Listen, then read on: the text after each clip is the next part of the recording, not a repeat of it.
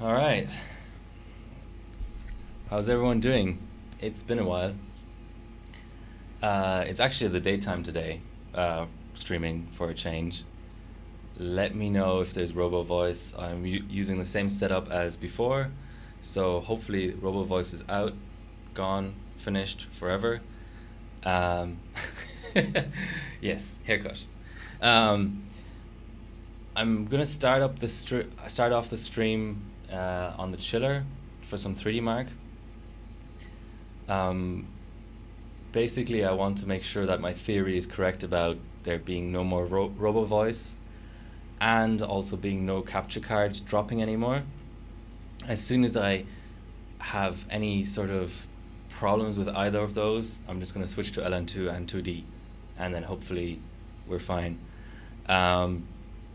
Yeah, so what have I been doing this week? I've actually run the chiller for maybe, I don't know, 10-15 hours, just trying to see how Threadripper does on physics tests, and it's been a bit of a mixed bag.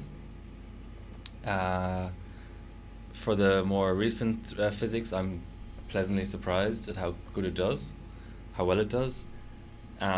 For the older physics, Vantage and 3 Mark 11, it's not looking as great, really. Wow, the exposure on this camera is a little bit adventurous. Let me just have a look to see what's going on there. Ooh, okay. I think that's a little bit more reasonable. Okay. The only thing is, my desk is cramped as always. Okay, so if everybody thinks there's no Robo Voice going on, that's already a good start. Let me see. So I'm at 3600 RAM. Yeah, so how did you solve the whole styrofoam issue?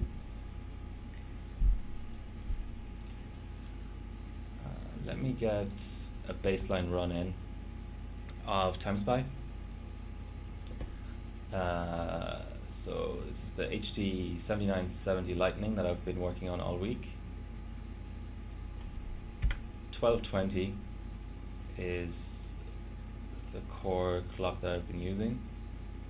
I've gotta up the fan speed a bit. Hopefully that's not too annoying.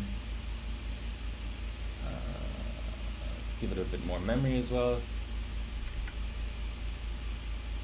Let me open up my result actually. Hi Paladzin. It's been a while that I've streamed, but I'm sort of out of data cap. Okay, so this is what I ran before. So I got a 2.8K GTs and about a 13,000 CPU. Let me open up the screenshot instead actually. Yeah. So I was at 4.375 minus 11. Nice.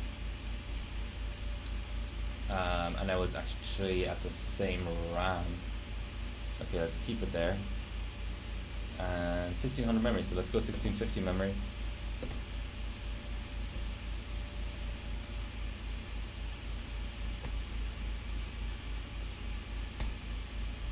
So in my very brief test just before the stream, everything was fine.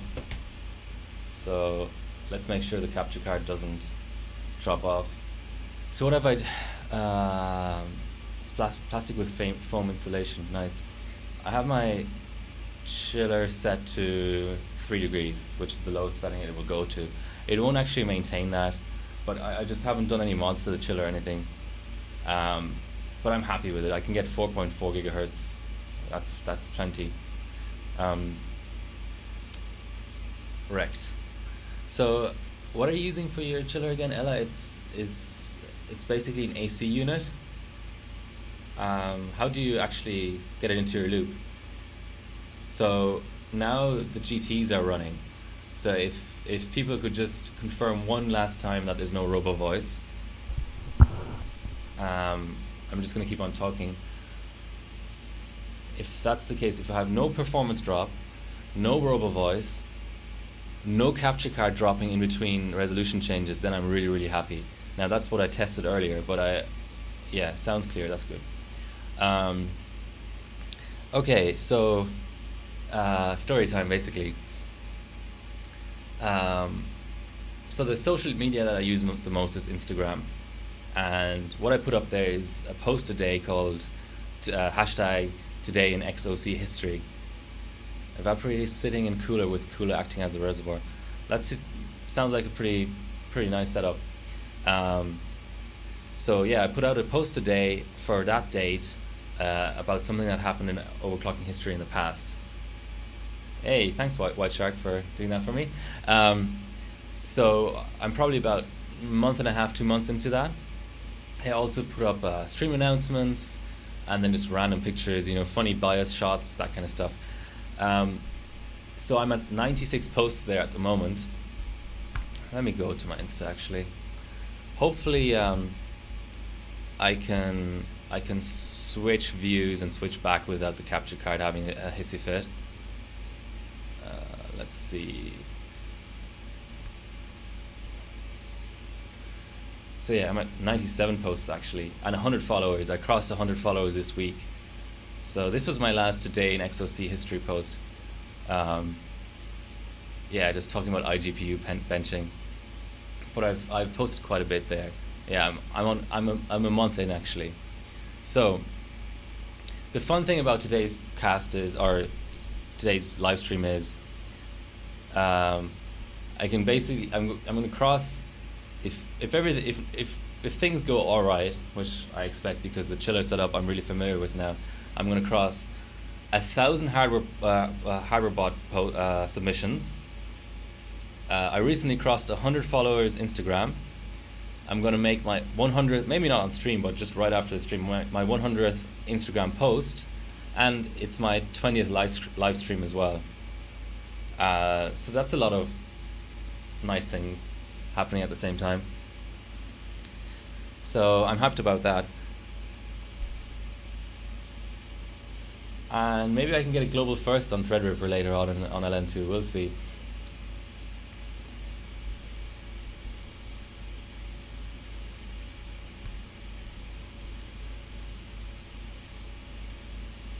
So how do people like this timing? It's the middle of the day for me, so I can't promise that I'd be able to do this every single week, but if it actually suits people more than the Friday nights, then maybe it's worth it. Okay. So that was an entire run without any issues. So we had 2785 last time in GT. Okay, so roughly the same GT, so no performance drop with the capture card. I'm now gonna increase my CPU.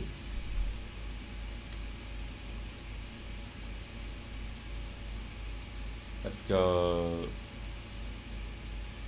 43.75.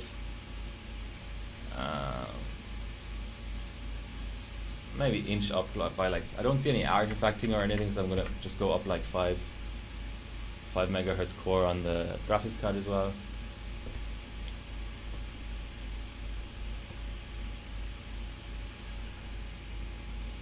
So how did I fix the issues? I was just about to say that anyway, so you can read my mind. Okay, so Robo Voice, I fixed. Previously, my attitude towards streaming was, let's attach as many USB hubs as possible and as many devices as I have, and have a third camera and all that. That didn't work out. So what I now have done is, the two devices that were conflicting with each other were the microphone and the USB streaming device. So what I did was, I gave the streaming card its own USB A or B, whatever, the non-C version of USB port, and I gave the microphone its own port, and then I have just one USB hub in the USB-C port with everything else. So my wired mouse and USB sticks if I need to transfer some files, and the camera as well actually. So the rig camera over here, I'm not as concerned about that dropping out. I just wanted to have the two devices that were conflicting on opposite sides of my laptop and on their own ports, and it seems to be working. Now, the capture card dropping out is a little bit more interesting. It seems to be just OBS being a bit pissy, because what I've done is I've told it, I've given it a custom resolution and just basically forced it to always run that resolution, essentially. I don't know why that would really help, but it seems to be helping. So that's nice. The only thing I'll say is, so the times where the capture card used to drop out was resolution changes, in-OS crashes, and sometimes going into BIOS. So resolution changes seem to be alright. We'll have to see about crashes. Hopefully that's going to be alright as well. Let's just hope. So how come I'm running TimeSpy? Well, it's worth quite a few points, and yeah, the phase LEDs are kind of cool. So I don't know if I've mentioned this, but I've taken off the I/O guard on my Zenith Extreme, and if you might remember that it has this weird LED, this post LED on the other side that's it never shows up on camera, but so with postcodes and like writing and stuff, that doesn't work anymore now. I don't really give a shit about it because I'm not going to sell this board ever, probably. It's just too dirty already. But basically there's LEDs sort of, let me see, down here, which you may be able to see when I try and boot the system and stuff. Hopefully you can. I can't really get the camera much closer than that. But yeah, at least you can see the active phase count LEDs. So that's nice. So 44.5 physics is the highest I've ever gotten, but that was with 3800 RAM. Let's see, let's have this run complete, and then let's see how we're doing there. This is the only 3600 RAM. 3163 is actually better than my previous results, which makes sense. Okay. Let's just save it for reference. I'm probably not going to sub it.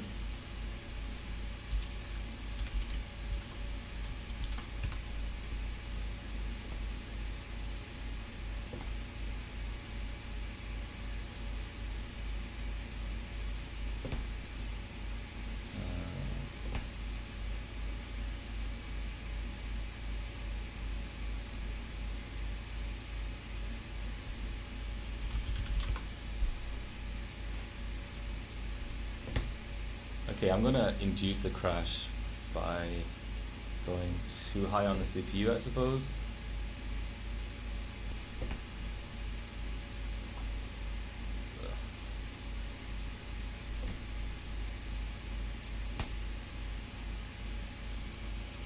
Okay, while that's running, let's switch to HardwareBot. So that's my current sub for TimeSpy. But that was actually with driver issues and like basically efficiency issues in Windows 10. So if you guys aren't aware, it's quite an interesting issue. But if you have a driver crash in OS, but your whole system doesn't crash, and then you try to rerun, you lose hundreds and hundreds of points in TimeSpy, and in Firestrike probably thousands of points.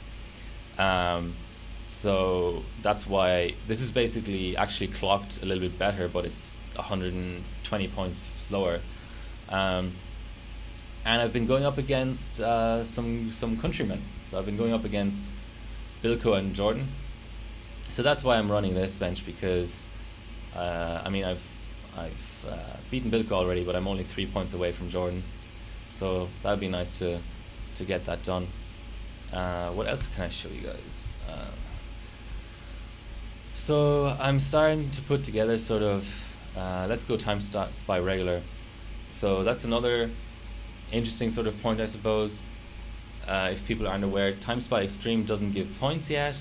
I expect it to eventually give points. The reason that they're definitely going to introduce points, in my opinion, is because it's got a different physics test that scales better on more cores. So the TimeSpy regular, from my testing, it probably scales to about 20 or 24 threads.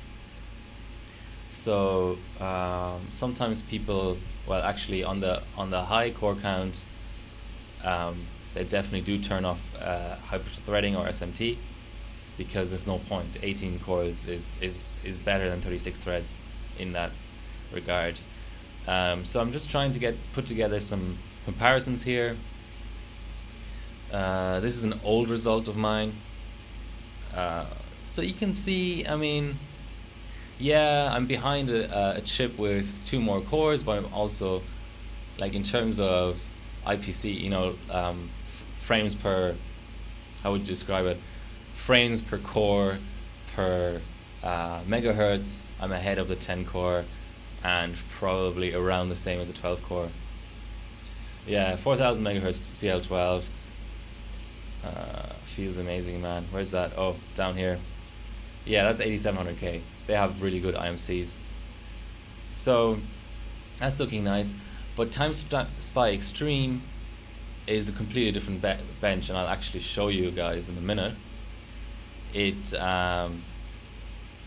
heavier, but it's a simulation. So it actually scales to an unknown number of cores. We don't even have a desktop chip right now that has enough cores to max it out.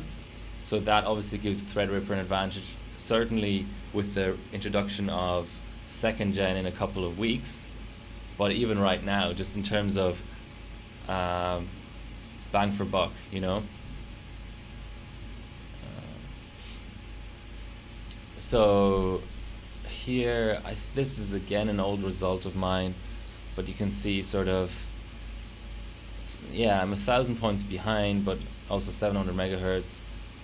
Yeah, I don't know. I have to still work on this ranking. Okay, let's go back to our bench, as it's just completed.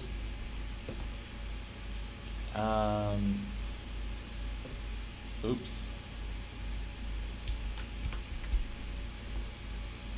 I think this is our last result. So that only gave me 2 points, the better physics. So what was physics? 43.46, and here we have 43.83, which is off screen. I apologize for that. Okay, I was hoping to induce a crash there actually, but we're 1 point behind Jordan now. Let's up our core clock, which should be able to go to, like, let's go 50. I want to get a crash actually, but 50 should actually pass.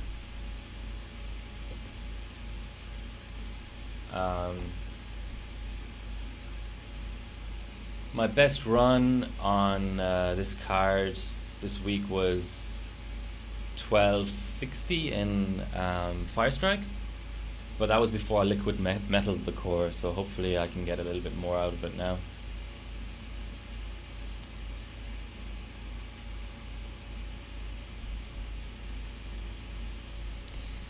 I'm liking the fact that my internet is stable, everything's running smoothly so far. Hopefully I'm not jinxing it.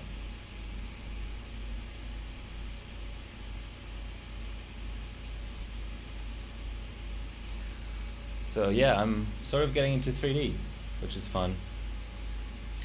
I'm still sort of wondering what I should do with my remaining 50 liters of LN2 though, after today.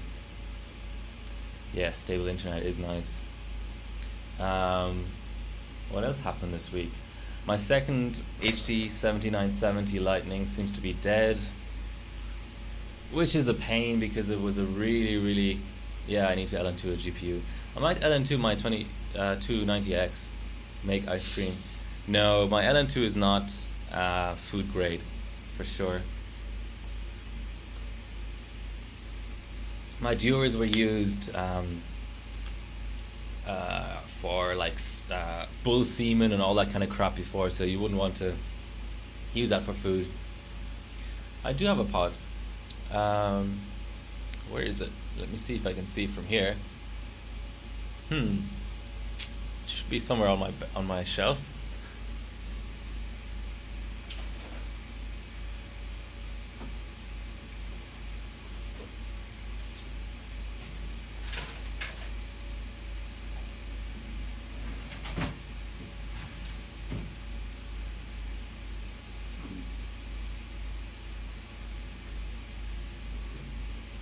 as with everything, I can't find it. I'm also in the process of tidying up my benching room, which is desperately needed. I couldn't find my crossfire bridges. There was other stuff too. I finally found my mini display port to HDMI converter. That's the other thing actually. I'm not really sure if that makes a difference, but I'm using mini display port now for the stream. Yeah, so I desperately need to just clear out my entire bench room. But yeah. So yeah, I do want to do LN2'd GPU. It's probably going to be GPU Pi only first, because the 290X loses, how does it work again? It loses display out below a certain temperature. So I'd run the HT7970 as display out, and then just in another slot have the 290X. I don't know if that's enough for an entire stream, but like there's 4 different GPU Pis. I could possibly just I don't really want to be remounting a GPU pot in the middle of a stream. I think that's just a little bit too long-winded. So yeah, I have a Kingpin Fat stream that prep too, but it's my first time prepping, so I'd probably just 3200. That's nice. Let's just keep pushing it then onto the crashes. 3212 times by. Nice. This is working out well. Let's see what temps are we at.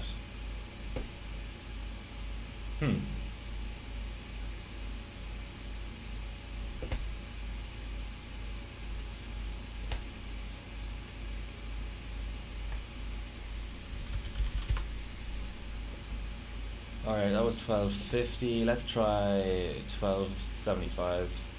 Oh no, let's go up in memory first, see if we get some memory scaling. 1750 is quite high for memory. That might crash it. But I want to test the crash as well, so it's all good. Okay. Yeah, so the next stream will be GPU for sure. I think the way I'll do it is prep the GPU before it runs fine. Well, I usually jinx myself by saying this should run and then it doesn't run, so maybe I should do the other way around and say this is definitely going to crash, and then it just crashes.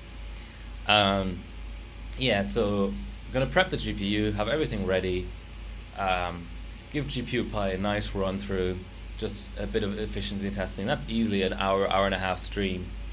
Then just put the GPU aside and have something else ready to go. Maybe a bit, I don't know, maybe have the Fury X in as a display out card, and then do some Fury X 3D benching on the chiller. I don't know. So yeah, Threadripper as a 3D platform. The jury is still out. However, from what I can see, what is happening with Threadripper is 3D Mark 11, there is a 30k sub up by an Indonesian guy, speed.fastest. Let me go to that just 1 second. So on the 1950X, there is a 30k sub up. Okay, where are we? Here we go. That is damn fast. That's faster than 6950X on LN2'd. I just wonder though, because it's not a full run sub, it's just a physics sub. I wonder whether, I mean, okay, I wonder whether he's applied tweaks like, you know, like using a different version of the benchmark that's not allowed anymore for full runs, that kind of thing. You've got to remember that your physics test, more often than not, 9 times out of 10, if you run it in a full run, it's going to be slower by quite a bit than in just physics. And then also, there might be settings that you apply that don't even run full run. Yeah, So second gen is going to be great. I think second gen is going to be very, very, very competitive for every bench except 11 and Vantage. My Vantage results were absolutely awful. So what happened with me for Vantage was I got 60k. I couldn't even beat a 2700X on Chiller. Where's Vantage? Hopefully I have my result in there already. 2 days ago I did it. Let me see. Yeah, so I originally got 60k.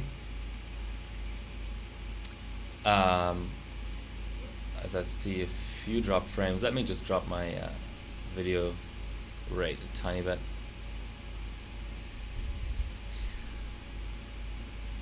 Oh, I got a physics crash. Okay, this is going to be interesting. I'm just going to press the reset button and see if the capture card is okay.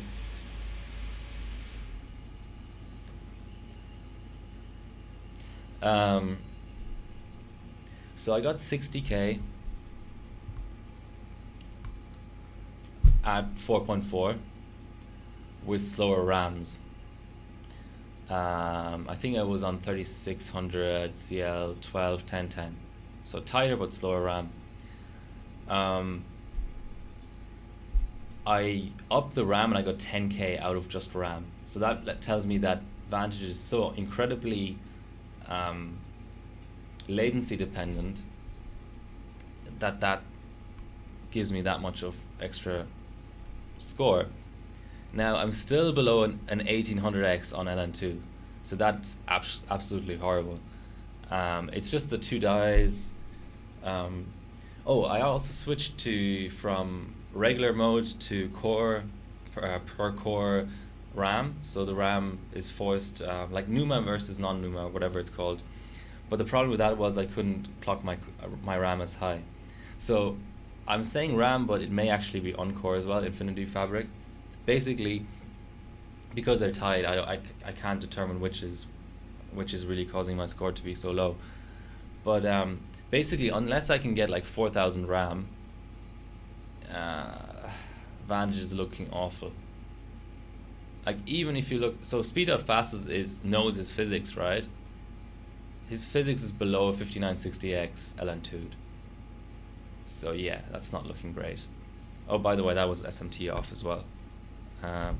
That's the other thing. I'm just stuck in a weird place where, hey, let me edit, please. Okay, never mind. Anyway, Vantage scales up to 16 threads, so having 24 threads on is just dog shit. But 12 threads isn't great either. So I don't know. I don't see. I mean, second gen Threadripper has improved latency. Yes, my capture card is good. It has improved latency, but I don't know. It's not going to be good enough. And the issue with 3D is always the older the bench is, the more points it's worth because it's been benched for longer.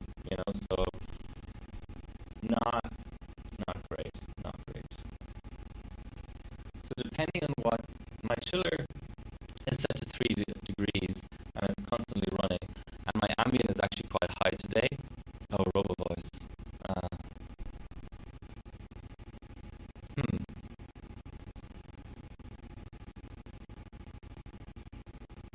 Well, I wasn't expecting Robo Voice.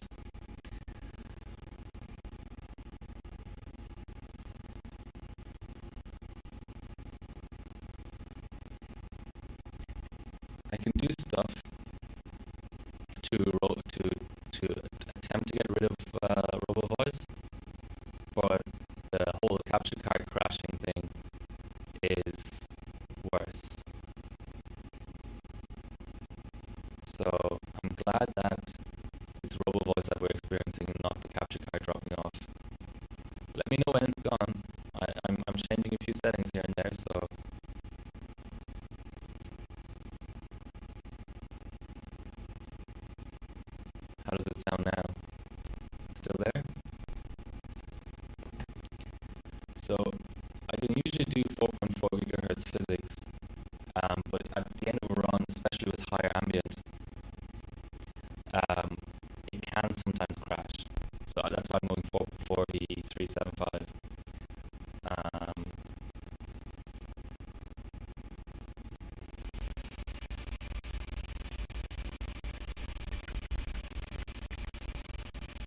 try 1275 core.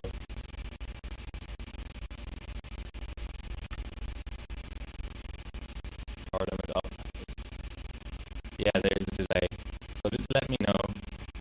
I'm going to keep on talking, and I'm guessing RoboVoice is still there.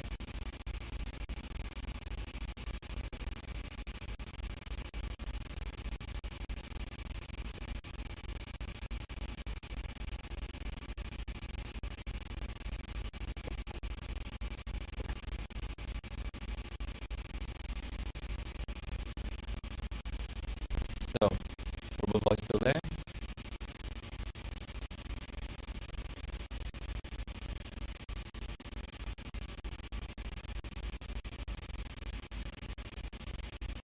Yeah, the background noise is just the fan on the graphics card on 100%.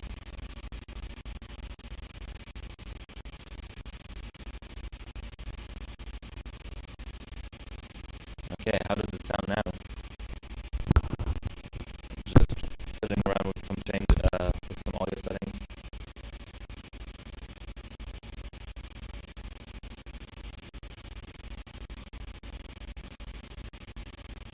Still.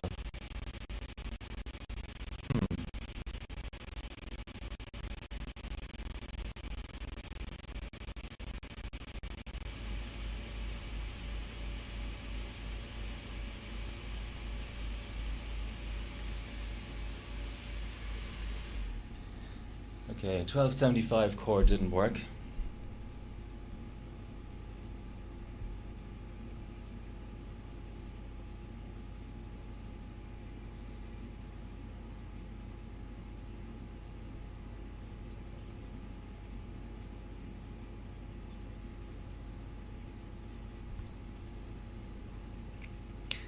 Yeah, it's fixed because the capture card was off.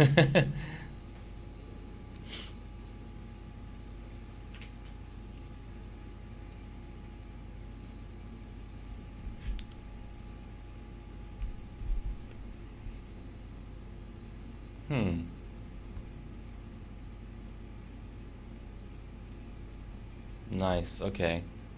It's responding me to deactivating it and reactivating it, so that's very nice. But it does mean I have to resize it every time. Alright. Yeah, I'm unfortunately going to have to ask you to still confirm that RoboVoice is gone. Which I know is a bit repetitive and stupid and boring, but I have no way of knowing it myself unless I plug in some headphones, which is awkward for me because I have to sometimes. Okay, it's gone. Good. I have to sometimes, get up and press buttons and stuff. So I like to avoid that. Okay. Let's go 1260 for the core.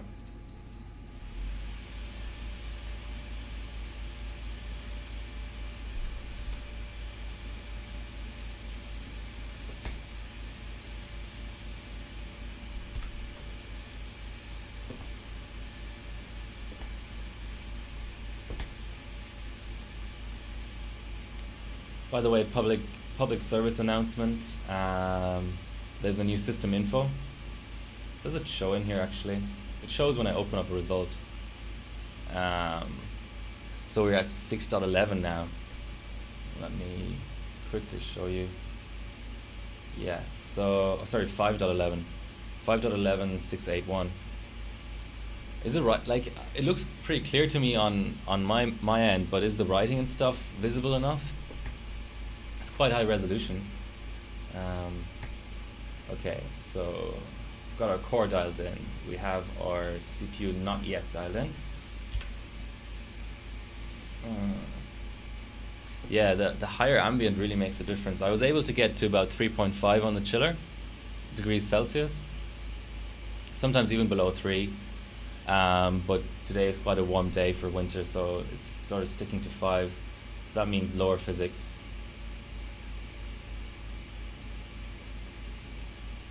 Oh yeah, let's try a 1260.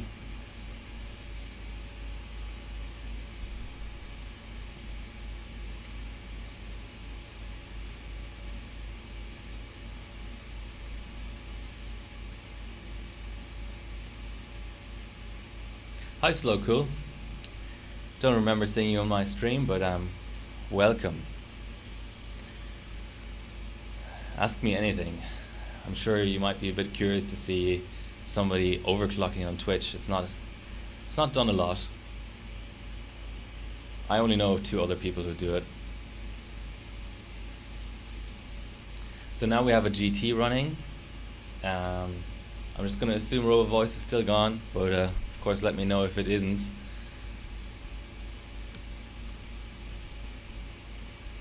I'm going to switch over to the rankings anyway. Yes, gone. Nice. So Time Spy. Let's just go to the number 1 guy and see what he was running.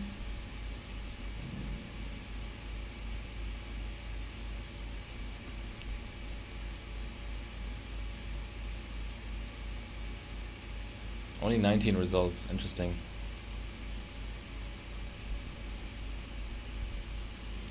Okay, he was at 13. Oh god, 13 what? 1390 core. I just don't have a card that does that. 1800 memory I can actually kind of do. I don't know if there's much scaling from it in regular Time Spy, but I can certainly do that or get close to it.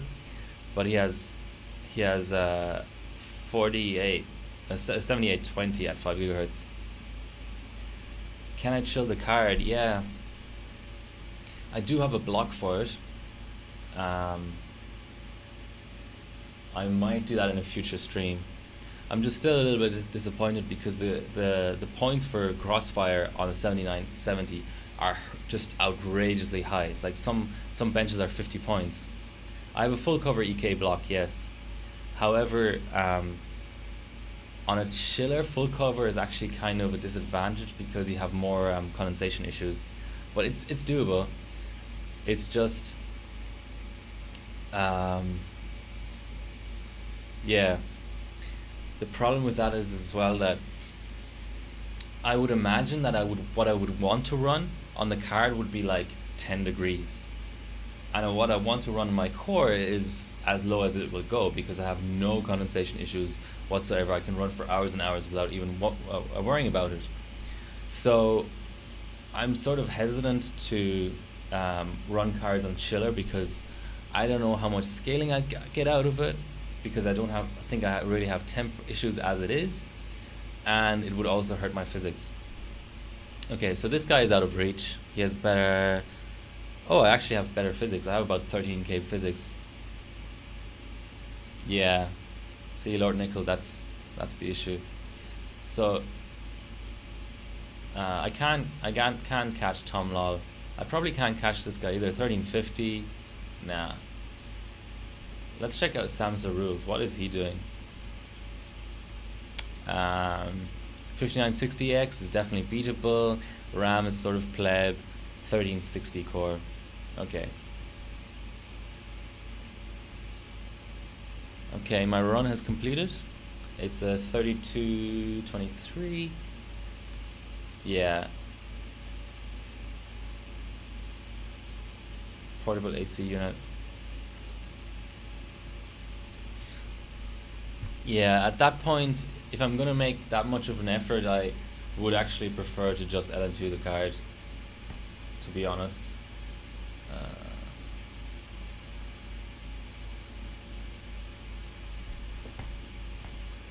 So last one was 3212. This is 3223. I'm sort of nearing the end of what I can do here. 13k physics is solid.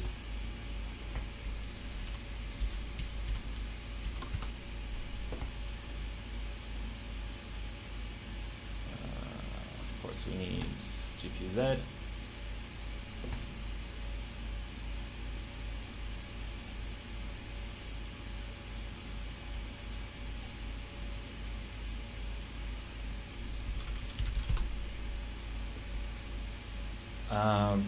I'm gonna go 5 megahertz steps on the core. Shouldn't take too long to max it out.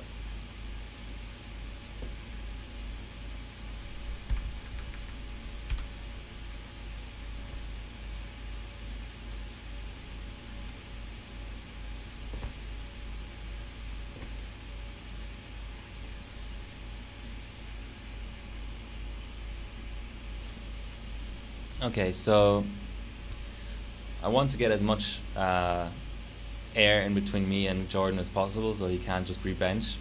We're having, it's a bit of a Aussie rivalry going on there in the lower ranks. Plasma Card is out of reach. He's above. Oh, he just has better physics. He's only at 1240 core. Let's have a look at the actual details of what he did in terms of GTs and CTs, PT. I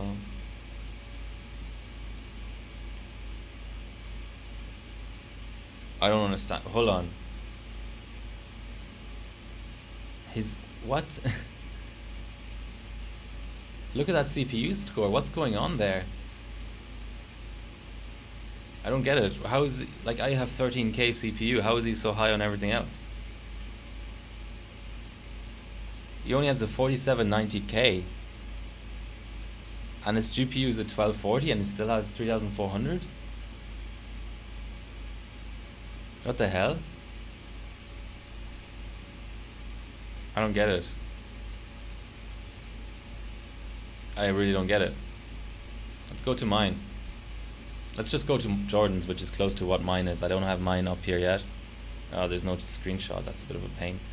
Let's just go into the validation. Man.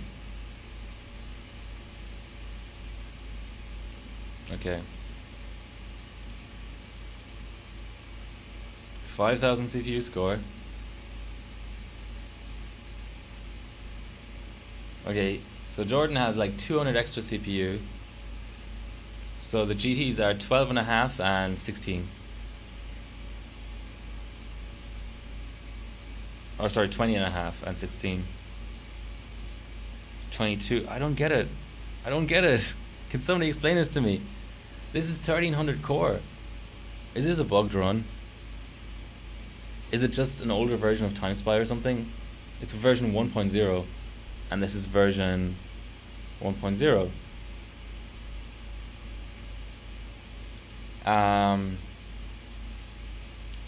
This looks like a bugged run, or maybe there's something.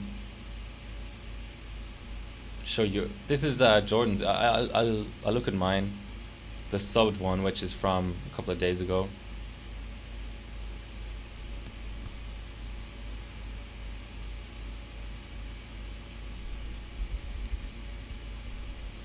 So I'm at 1225 and I have 2680 graphics.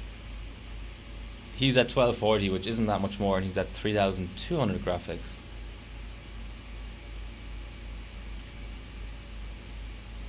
He has a validation link though. Let's look at the validation I just don't get it, guys.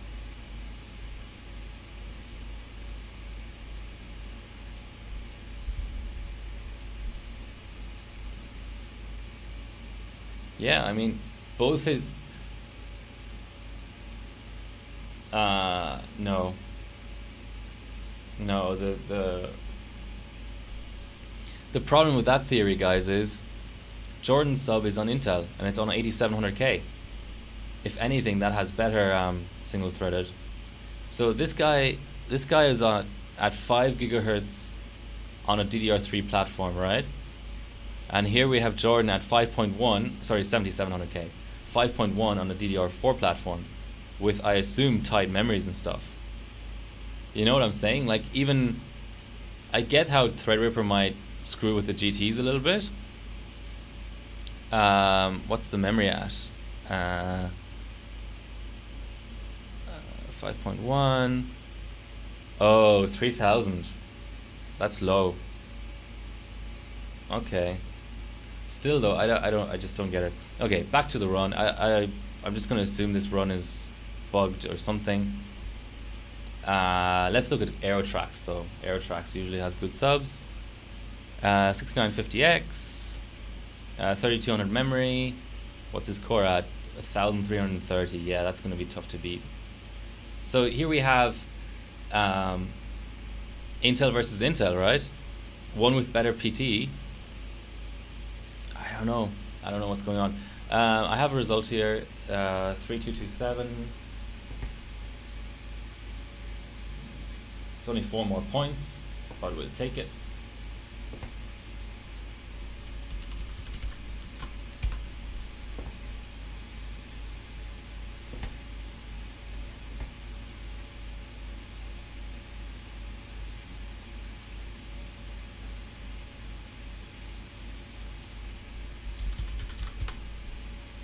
Okay, we should be close to the limit of what the core can do.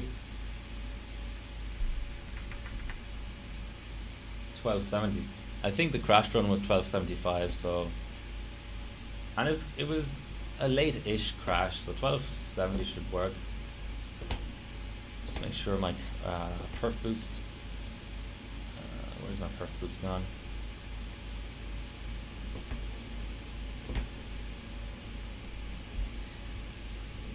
Yeah, I'm not going to say it's cheated. I think it's just bugged. Okay, so Aerotrax. 41 FPS physics. I have him on physics, but obviously the other stuff is not looking so great. Back to mine.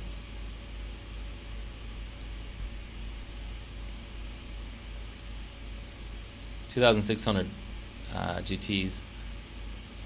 You know, I'm not going to be a million miles away in terms of GTs, actually. Still hard to beat, though. I'll see if I get any memory scaling after this run. Sort of, you know, after I've. Ooh, what's this? Reminds you of what?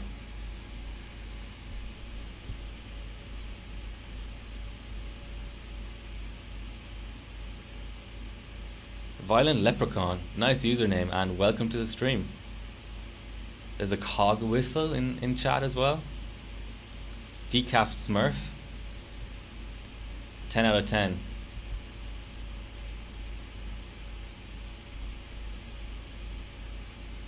Yeah, for sure. Like, okay, that's a crash. So an in-OS crash. So that was close to passing, actually.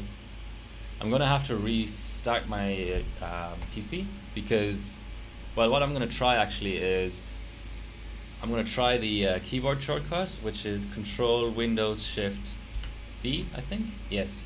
So I've restarted. If anybody doesn't know, Control Windows Shift B restarts your whole driver stack. So I would assume that gets rid of the lower GTs after a driver crash or an in-OS crash of 3D Mark. But to confirm that theory, I'm going to go back down to 1265.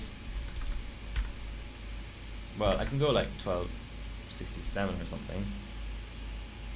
No, let's go 1265. And give the memory a little bit more, so I'm not wasting a run.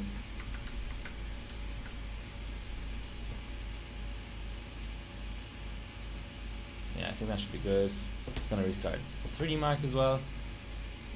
That might be required.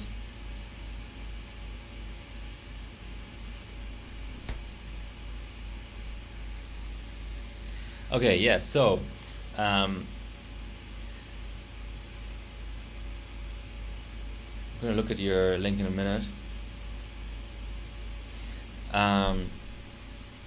Most 3D Marks are mostly about graphics. So anything newer than 3D Mark 06 would be mostly about graphics.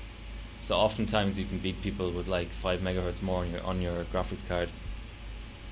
The physics is important just when you're around the same score. So my idea would be with Threadripper to beat sort of 5960Xs and 7700Ks, 8700Ks at around the same clock, or maybe slightly lower graphics clock just with the physics.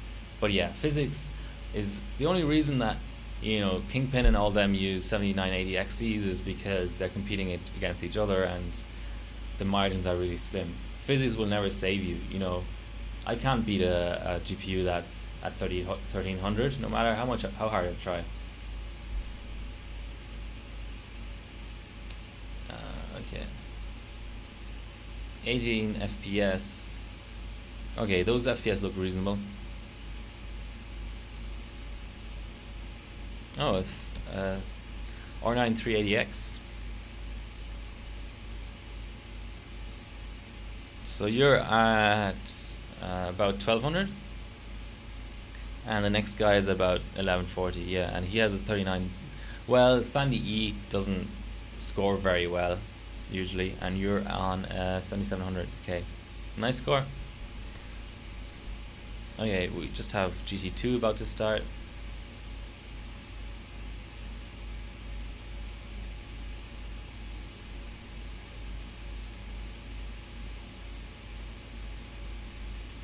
I have another link to look at, which is nice in the middle of a run. Almost 10k.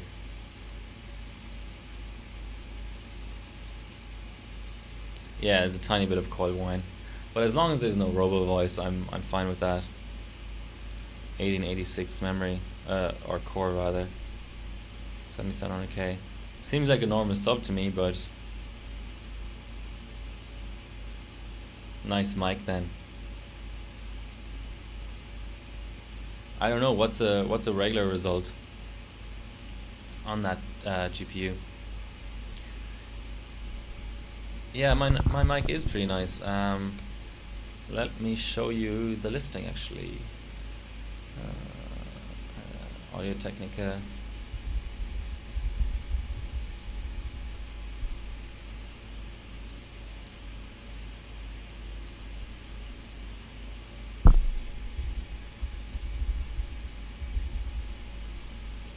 No, I can't find it. AT2020 USB.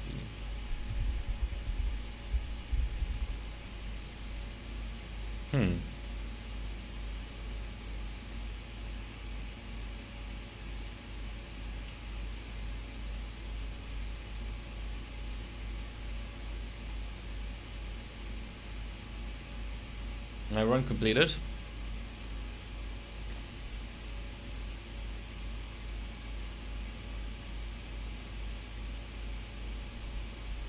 Okay, it's probably not exactly this one, but yeah, basically it's the lowest end USB mic by Audio Technica. Ooh, that's scaling.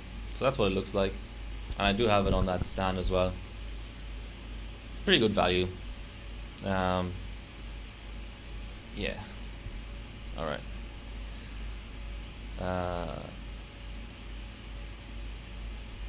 Who spreads what for the heat? Oh yeah, the phases. Yeah, it's kind of interesting.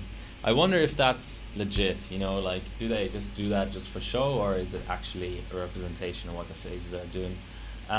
Okay, so I got 13 more points. Headset mic. That's decent too. At least you automatically have monitoring in you know, included.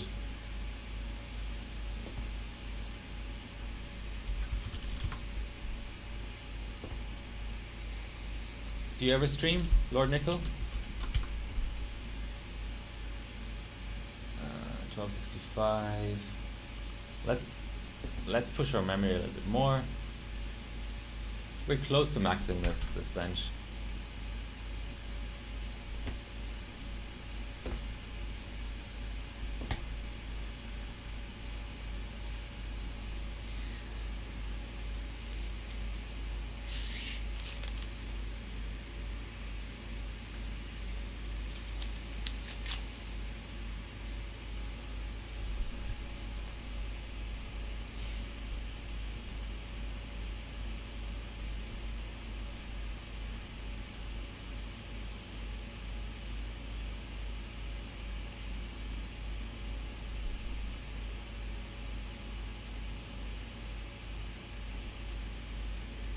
So what are the DICE and LN2 prices like in Dublin?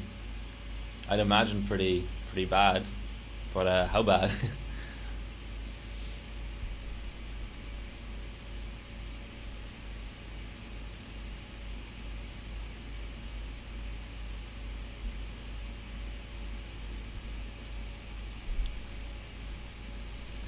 I would imagine at least €2 per liter for the LN2.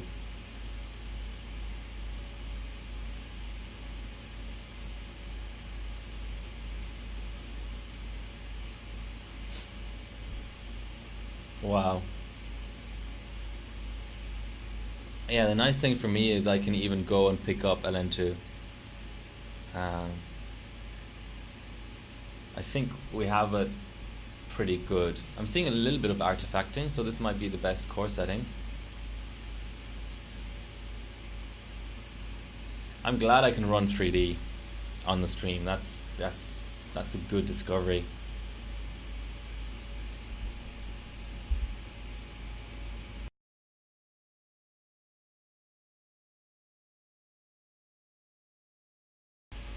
Excuse me, I just had to sneeze. I have allergies in all 4 seasons now. It's winter and I have allergies. Now, I have to say, to explain that winter in Australia can be like you can still have new grasses and things blooming because it's so warm. But the bearable thing about allergies was always you knew there was a time of the year when you didn't have them, but I now kind of have them all year long. So, not ideal. Not ideal at all. 275 per liter. Yeah, that's about what I thought. Actually, €5.50 is cheap. We pay about $14 here. That's why I don't dice ever. It's quite a small market, and a few of the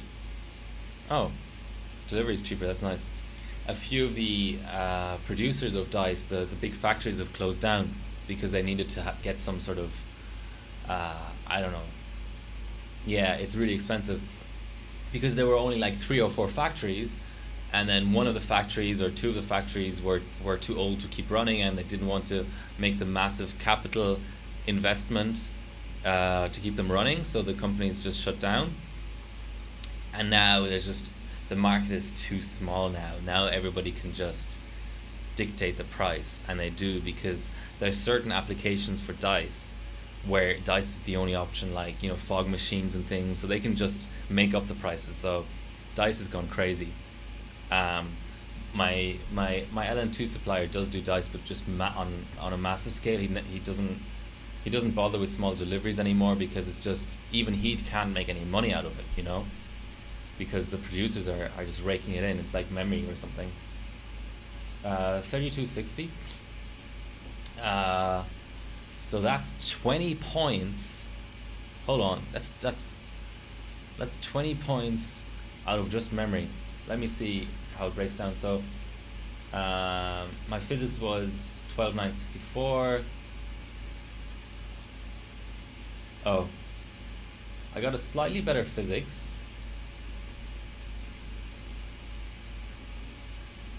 It can just be run-to-run variance, but oh wow, I literally got all 20 points out of GT. Okay, I'm pushing my memory. I have memory voltage control as well, so I can check that out. Although it's Hynix, so it usually just scales off of temps mostly. Okay, let's not forget to get our screenshots in. I wasn't expecting a session as productive as this, but it's very, very welcome.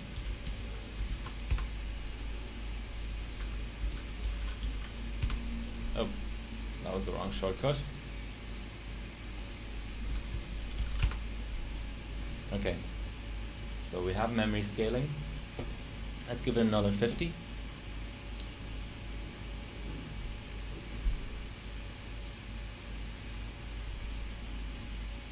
Okay, nice.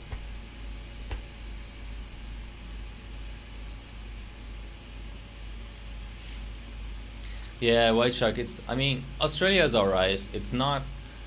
I don't know if you're familiar with places that have supply issues like this. Like, let's say you live on a Caribbean island, then even really mundane shit like cow's milk can be really expensive. Australia is big enough to not really have those issues for a lot of things, but for dice it does. LN2 is fine. dice, apparently there's a lot of different grades of dice as well. So if there's only a couple of manufacturers left and they decide to only make the highest grade of dice, then you're screwed, because you're going to be paying high grade dice prices for an application where you don't need it.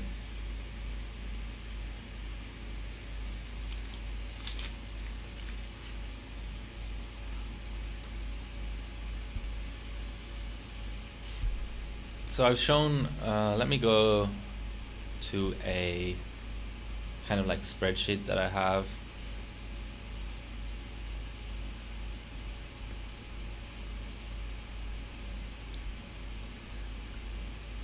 If I could find it.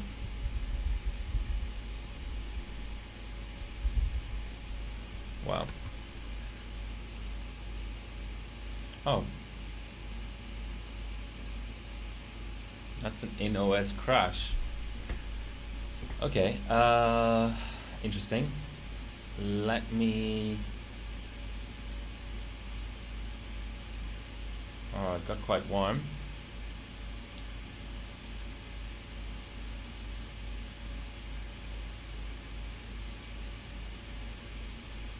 I'm going to give it another 50 millivolts. See, I have aux voltage control as well. I wonder if that could kill the cold bug a little bit on LN2. These weird exposure issues I've got here. It's just the sunshine coming in.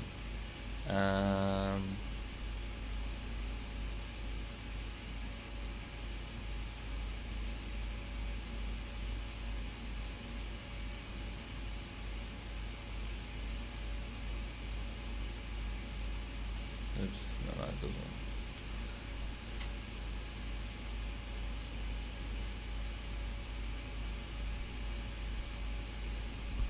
Okay.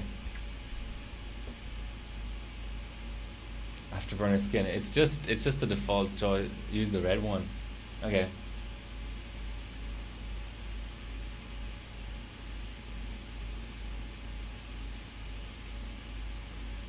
Dragon Army? This one?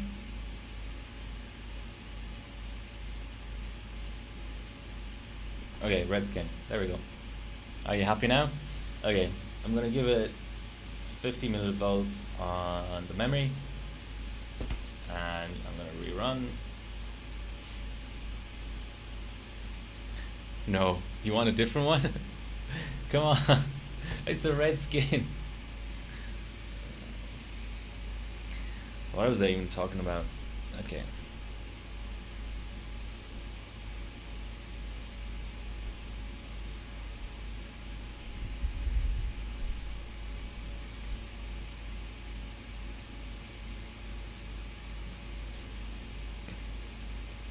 Yellow and blue. Okay, let's not get into a fight here.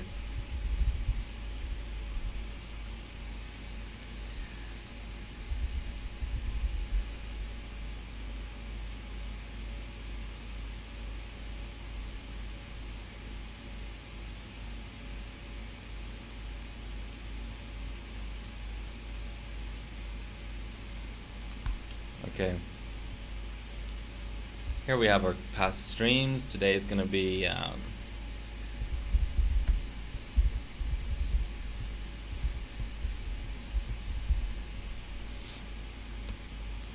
shown this before on the stream.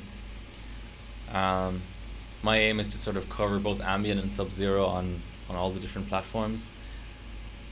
And this damn camera, okay, it's just gonna close something. It's a bit more reasonable. Okay. So I want to cover just all of my bases here. Oh, another crash. Let's give it max memory volts.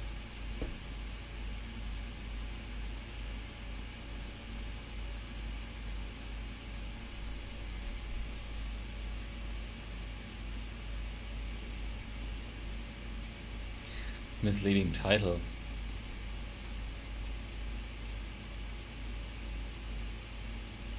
I will LN2 in a minute, and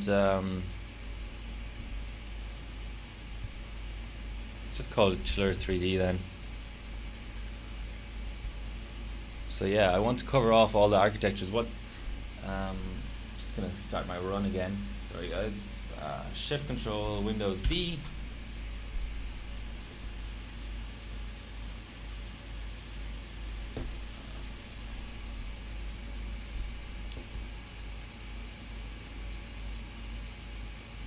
Hi Darth Peanut. Welcome to the stream.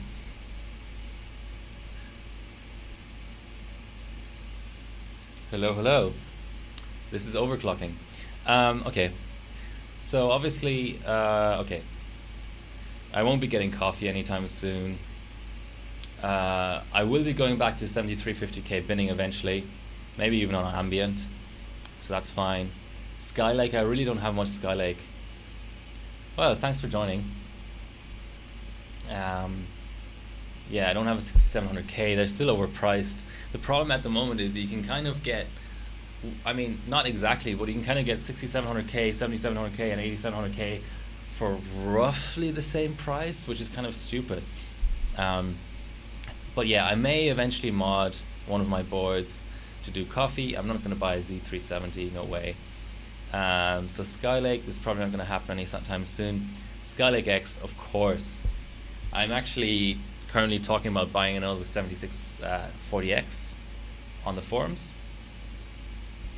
So for KBX, sorry, I mean. So definitely going to have some streams there. Skylake X, I still have the 7820X. If I can get a good 7900X, I may stream that as well. There's definitely going to be Haswell and Devil's Canyon streams. Okay, that froze again. So actually, memory voltage did jack shit.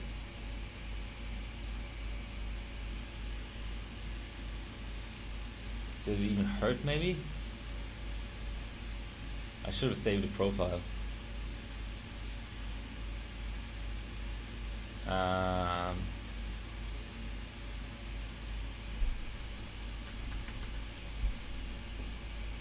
Let's go to 1740.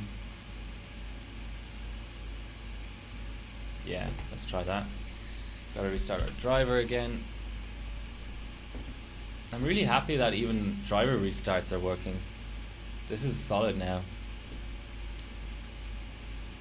What I still have to check, of course, is in the really high FPS 3D marks, so 01, Aquamark, 03, 05, and 06, whether having the capture card in the loop screws me, because there even high FPS monitors give you a boost. Sorry, high hertz, high refresh rate. So I'm guessing I wouldn't be able to capture that and still be competitive.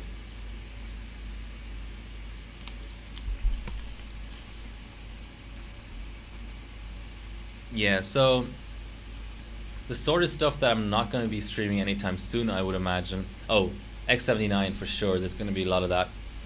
1156, probably not.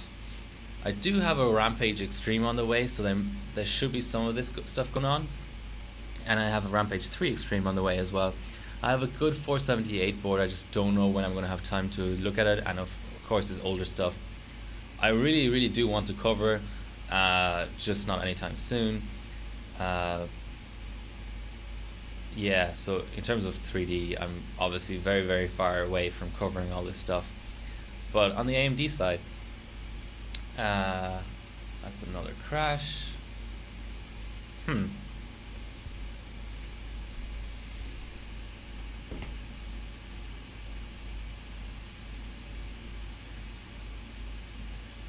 think 1600 was stock, wasn't it?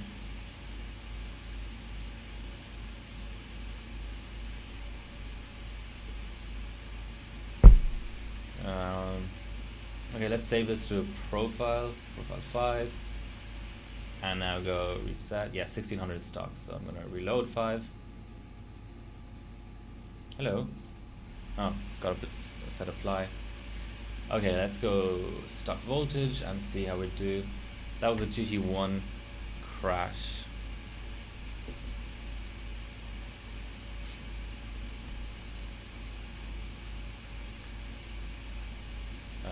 I've not actually reloaded my driver, I don't think.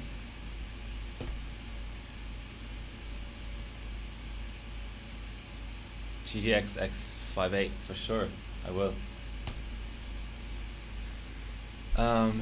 So I have a block that works for AMD, AM3 and AM2 Plus and so on. So I'm considering doing a chiller stream for Phenom 1st gen because they have such low cold bugs that it would make sense to do a chiller stream. So yeah, I am definitely working on that. A couple of people have mentioned FX, so I'll try and get that working as well. I just have so much hardware. I have to sort through it.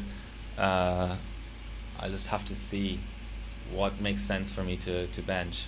But I am serious about really wanting to bench everything on this list within reason. I mean, I may never within the next couple of years find, you know, these two platforms for a reasonable price. Yeah, I'm not going to be benching Rage, for example, but I have cards in every series all the way back to the HT 3000 series. I have a 3870 X2. I even have a few cards that back here. Vega, of course, will have to wait. Polaris, maybe now with the mining crash I might find some good cards, but it's just not worth a lot of points, you know. Nvidia, I sold my 1070.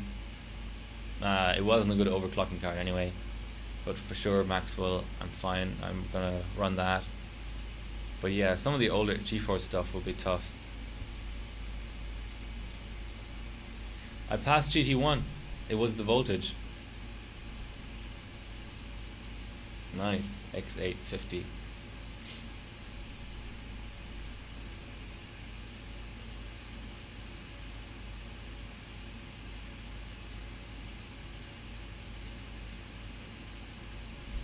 Is the 500 series Kepler?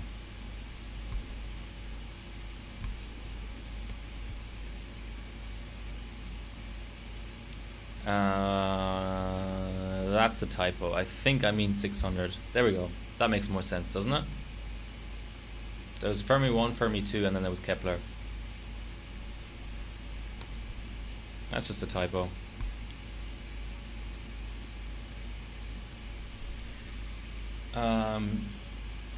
Okay, we seem to be passing here.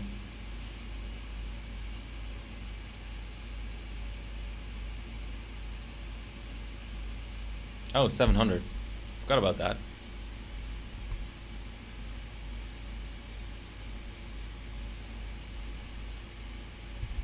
I have a Kingpin edition, so that will be streamed at some point. Oh, I'm seeing nice artifacting at the end of GT2, as long as it still passes. Hold on, let me get that on stream before it ends. Look at that. Nice. Wow. The card is slowly gonna cool down now, I would imagine, through physics. So hopefully the artifacting will go away or not. As long as the performance is there.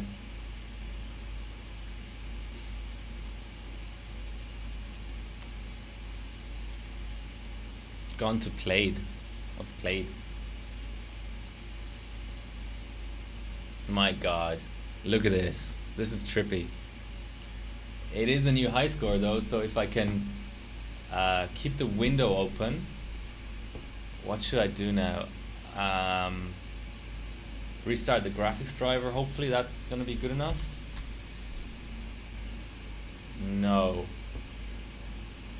Let's see. Let's try and figure this out. Let's do full fan and full power limit, but stock clocks.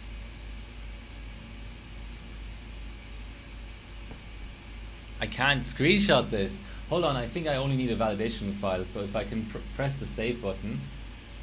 Okay, so 3277. This is nice. I'm liking this. Okay, so the next option would be to disable the graphics card in Device Manager. Ugh.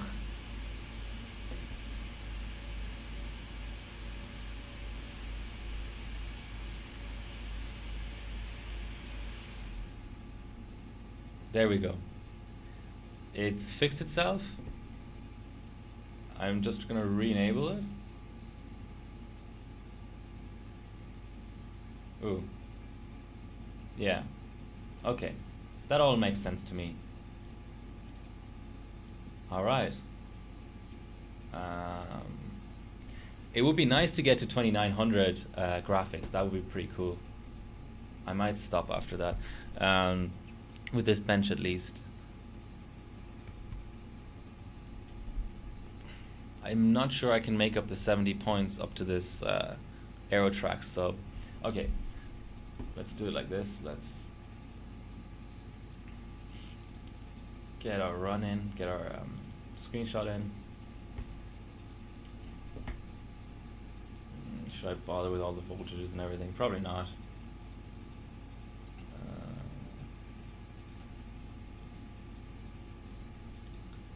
I like screenshots with a lot of info on them because then I can look back at my subs and figure out what I did, because I don't really keep notes, even though now that I stream, it kind of helps a bit.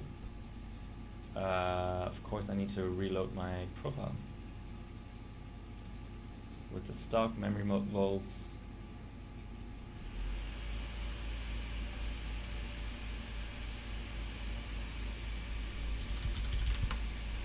Okay, that was on the edge for the memory. I have to admit that. What can we do?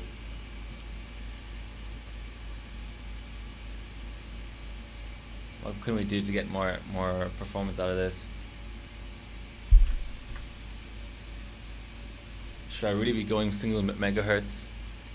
Colder, yeah. Aux.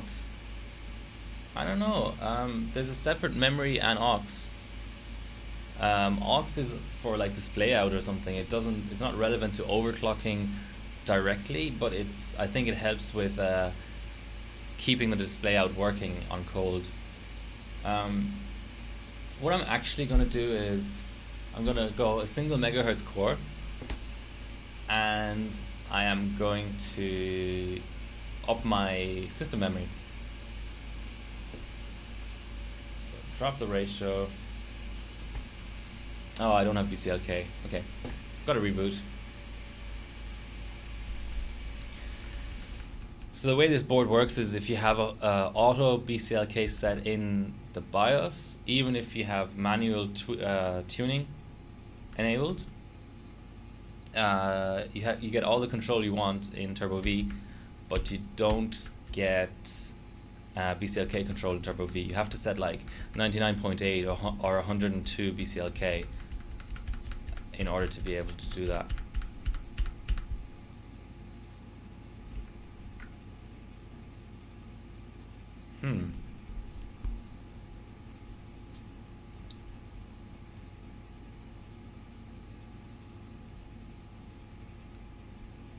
Okay, at least you can see something now.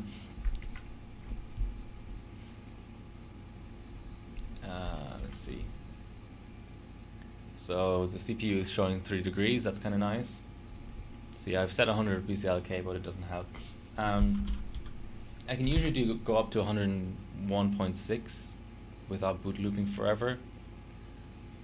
I can actually hard code my performance bias here.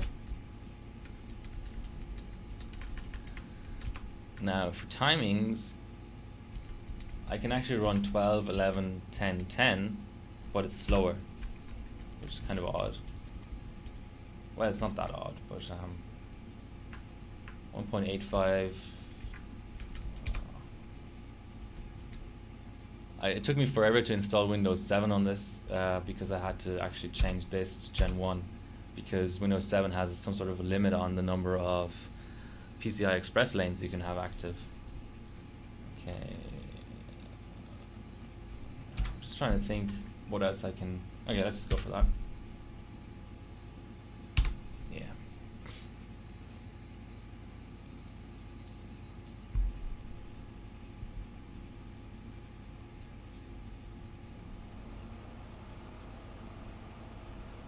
This might boot loop a little bit. You'll see it with the little LEDs.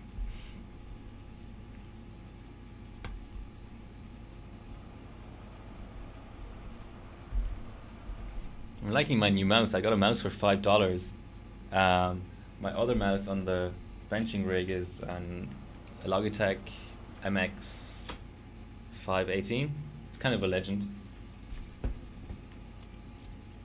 But now I have a cheap $5 mouse on my laptop, which is good because I can navigate so much quicker than, as I'm seeing some dropped frames.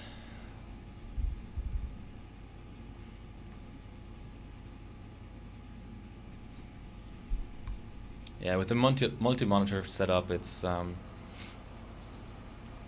good to have a mouse, an actual physical mouse. And I got a SteelSeries mouse pad as well, so the mouse scraping against my benching table doesn't come up, like doesn't show up on the stream.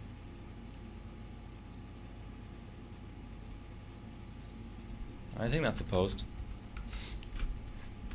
In true Asus / Gigabyte fashion, this board sometimes gives me a memory overclocking failure error, even when, you see that? It actually applied 3657, but it gives you a failure, so you can just X out of it. I didn't see much scaling from system memory in TimeSpy, but I'm just going to apply it just to make sure I have, you know, I've ticked every box kind of thing. Okay.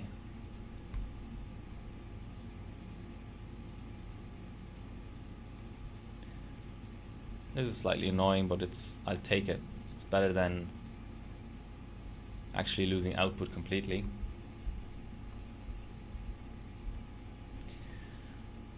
Ooh, GPU Z open on its own. It's kind of weird. Okay, so let's see if we can get our BCLK where we want it. I can usually increase by 3.8 in OS before I get a crash. But I don't do it in steps.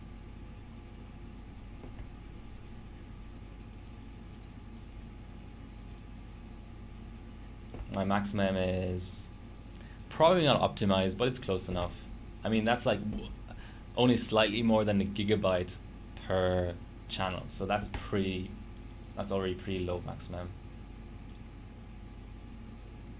So 2 more steps I should be able to do in before the crash. Okay. So we're not quite at 3800 RAM, but it's close enough. I don't want to risk a crash.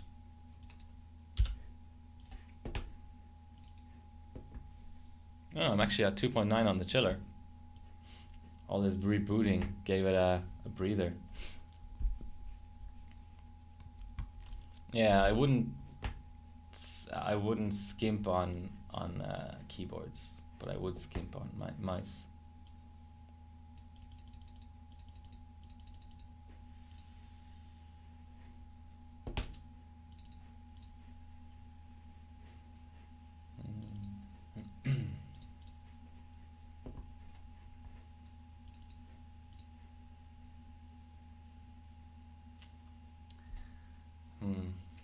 Okay.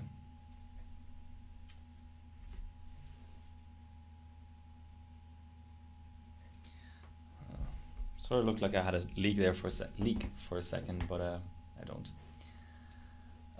Do I go up one more mult? Okay. If I get a physics crash, it'll be pretty dumb, but let's just try it. Okay. Was this our last result? No. This is our last result. 3277, so we had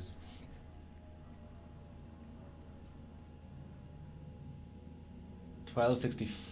Oh wow, we're really as high as 1265. Nice. Okay, let's just emulate that by, of course, opening up our little Afterburner utility. I can just load my profile. That's the same thing, isn't it?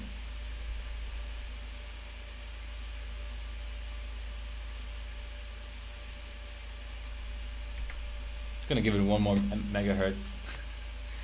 Probably get an in-OS crash anyway if it fails, so that's not a biggie.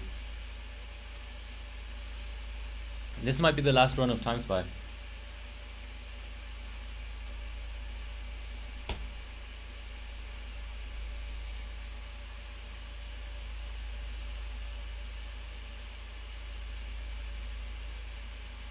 The fans are imbalanced. Alright. Not, are you saying like the ball bearings are wearing out or something, or one fan is spinning faster than the other, or what do you mean by that?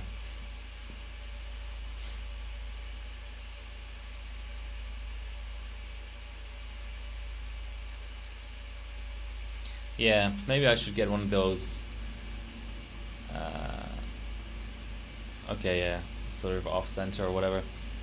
Maybe I should get one of those anti-vibration arms for my mic. Could be nice. Isolation mount. Yes, that's what it's called. So how's your pot manufacturing going, Lord Nickel?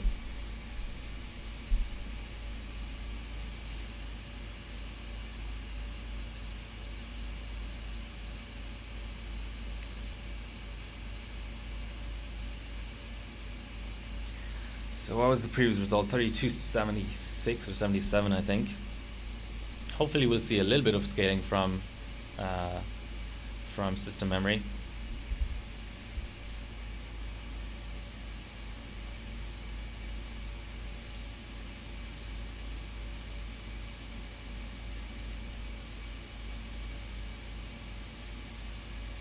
The jig. What's a jig? Is that for like shaping the copper or something?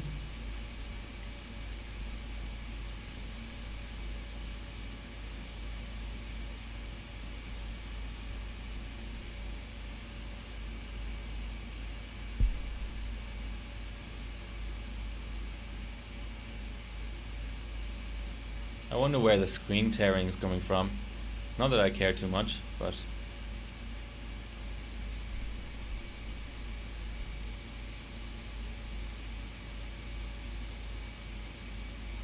weld, okay. What do you have to weld? Oh, the artifacting is coming. Come on, GT2, finish please.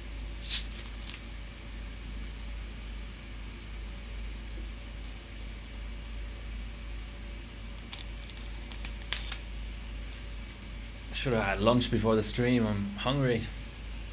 It's okay though, I'll still get a bit of LN2'd in.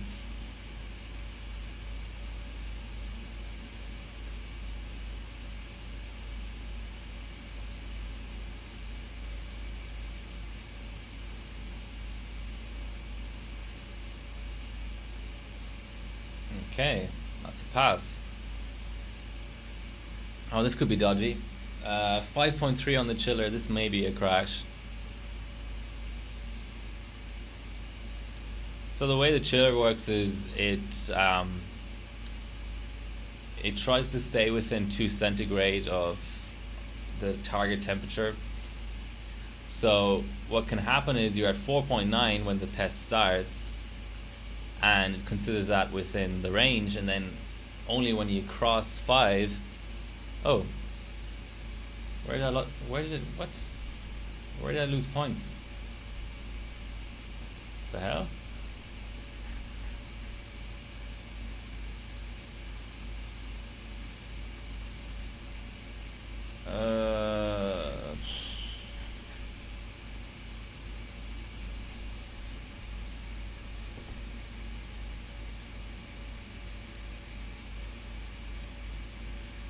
That's weird.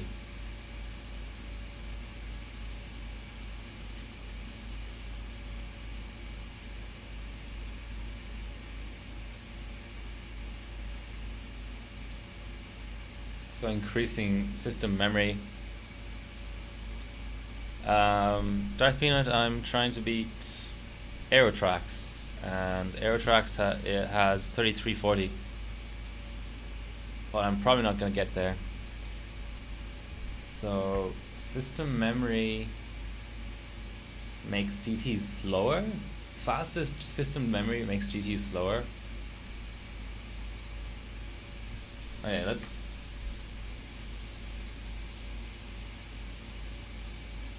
Am I hitting the power limit maybe?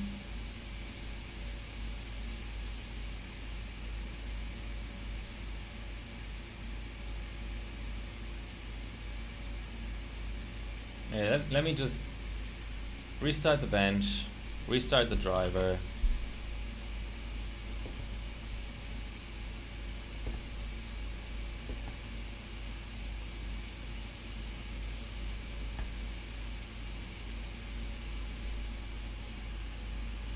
And see what happens.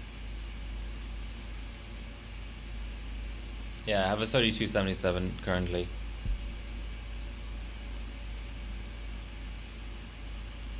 Man, it's gonna be such a pain trying to return this other Lightning. And thing is, I got it for such a cheap price that I should consider possibly even keeping it, because the block would cost me more than.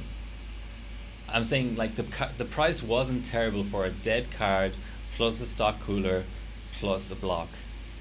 But to be completely fair, I should really be returning it because I got a dead card even though it was marked as used. What I really want is an actual card that works. I don't want to be choosing between getting money back and just keeping the block.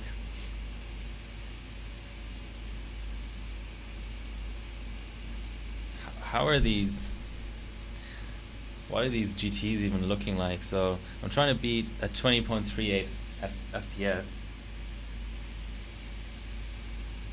Yeah, it's not looking very promising, is it?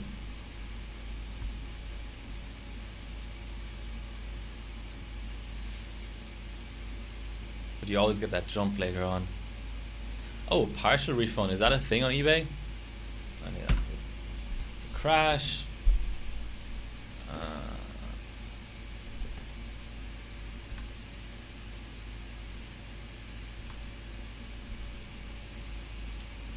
Yeah, I just got hot.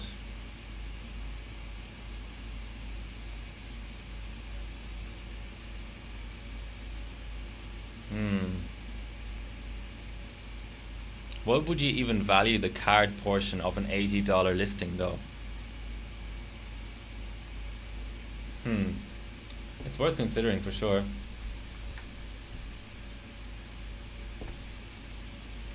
Okay, restart the driver. Wait for temps to drop a little bit. And then, yeah, it was a really good price. My other Lightning cost twice as much and didn't have a block with it. I know. The card isn't, like, the card is recognized in the driver. So when I had both cards in the system without a crossfire bridge, it actually managed to run the render test. So I don't, like, it showed 0 megahertz core, but it ran the render test. I don't know if that's GPU said being dumb and running the render test on the main card, but I'm not. The thing is, the bias switch was flipped to LN2'd when I first got the card, and I didn't realize. I just threw the card in the system and it didn't post. So I don't know if it was working before that. I actually don't know what the LN2 bias does. I would assume that it's at least safe to boot up on at 2D clocks. Is the PCI... Yeah, I should reflash stock bias actually. I definitely haven't given up on the card. PCIe connector, you mean the power connector?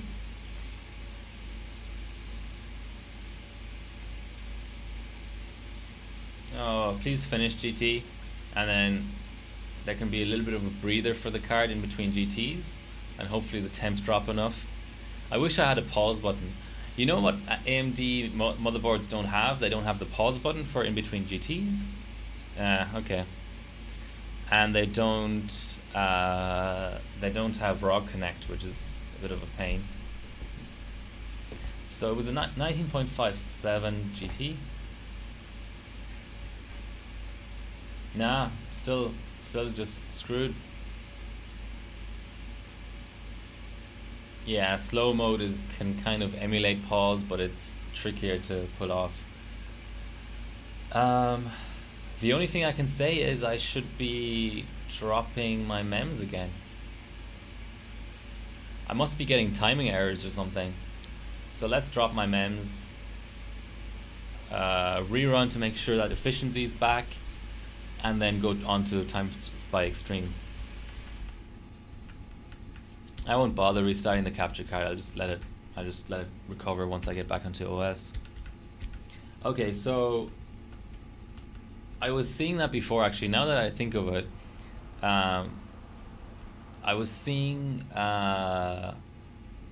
timing errors in Windows 10 only when adjusting BCLK in OS.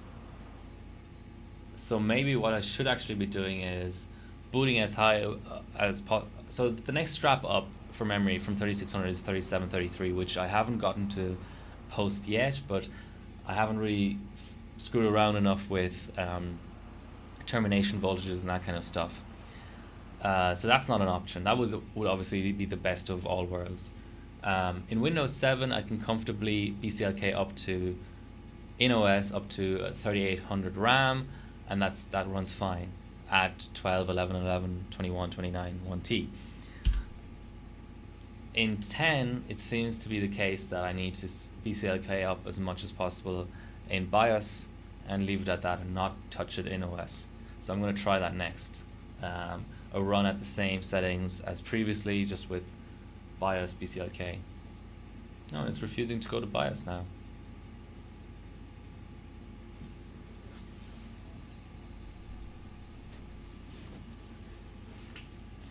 Just giving it another restart.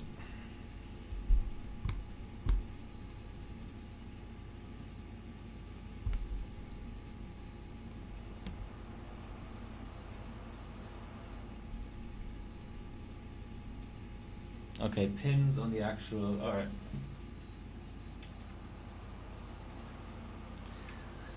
This is the potentially dead card.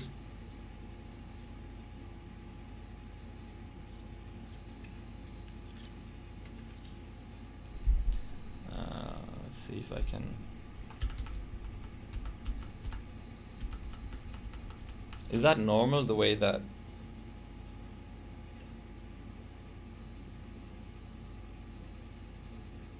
It looks like there's a little bit of gold missing from the second pin in, and it's only on the front, but that might be normal.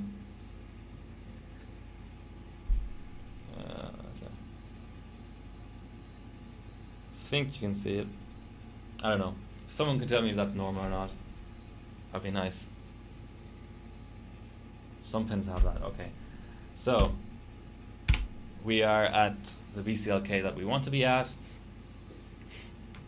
Yeah, let's go back in OS.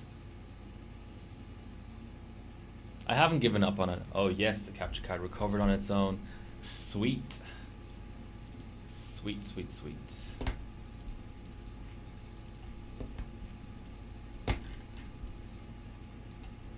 Okay, let's load up our profile.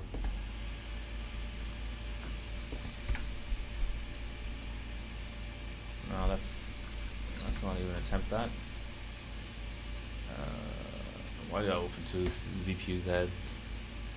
Dumb. Very dumb of me.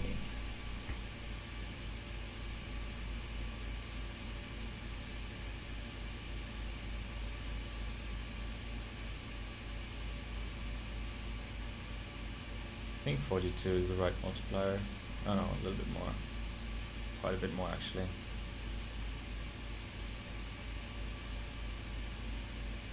Yeah, I'm 8 megahertz off, but I'll just ignore my PT. I don't want a crash.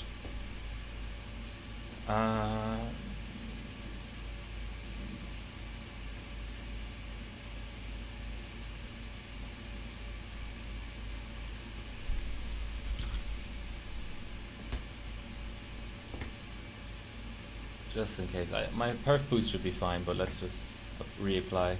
Just Yeah, the capture card has made an improvement for sure.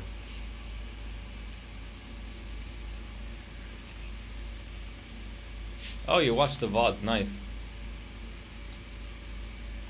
So what do people think about VODs?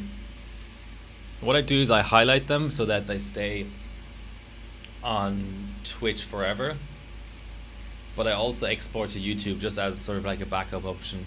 Like, what do people prefer? Is there even a difference? Like, the nice thing I think about the Twitch VODs is you get to see the chat like in a separate screen or a separate part of the window, and yeah, I don't know, the interface and stuff is a bit nicer than YouTube. I don't know if people watch back VODs that much, but just in case, I have them on both. I don't use my YouTube for anything else really, just a backup of the VODs. But yeah, I'm starting to sort of build up a nice little collection. I should get around to clipping some of them, you know, like nice runs or stuff, just make little clips.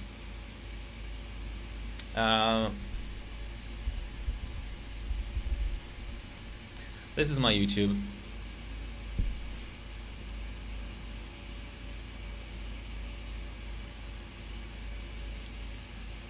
Uh, 25, almost 26 FPS. It looks like we have our efficiency back, let's say.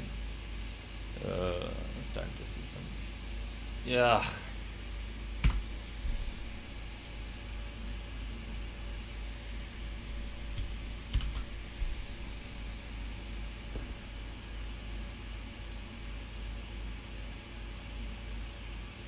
You could blow something up.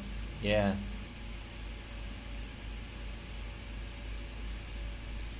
You know what I'm going to do? I'm going to actually drop core volts, because that's not optimized at all. That's the way to get the temp into control, actually.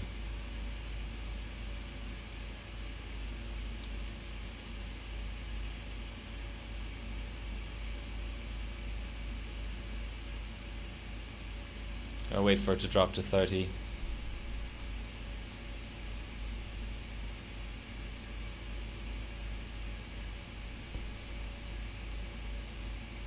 Just want to get one more pass in this bench and move on.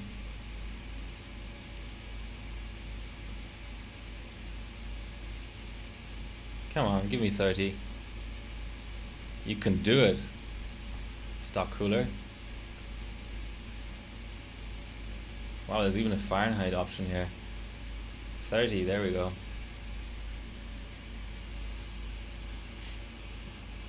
Yeah, please stream, Lord Nickel. I mean, we need more content, you know. It's Billzoid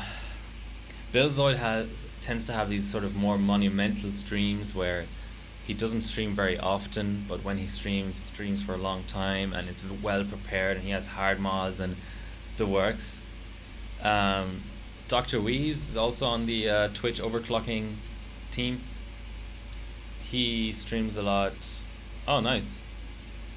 Yeah, Billzoid hosted me once. That was kind of nice. In the past, Dr. Weeze did a lot of LN2 streams, and that was really nice. They were really technical and really long. But now he does mostly PC building streams, and he's very irregular schedule, which I don't blame him for because he has a little kid and stuff.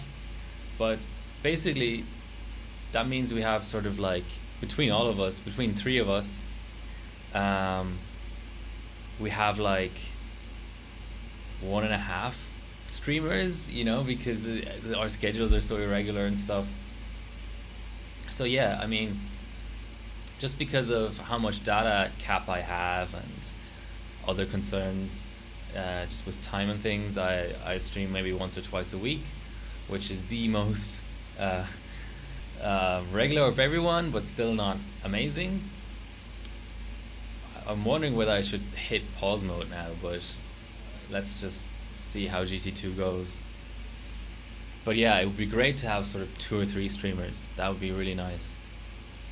The analogy I can find is sort of, I watched Warcraft 3 streaming, and Warcraft 3 went from 0 streamers to one very, very big one, to actually having like 2 viable streams now. because the big one went to 1,000, 2,000 viewers, and then those two, it's a duo stream most of the time. They realized they couldn't cover every tournament that was going on,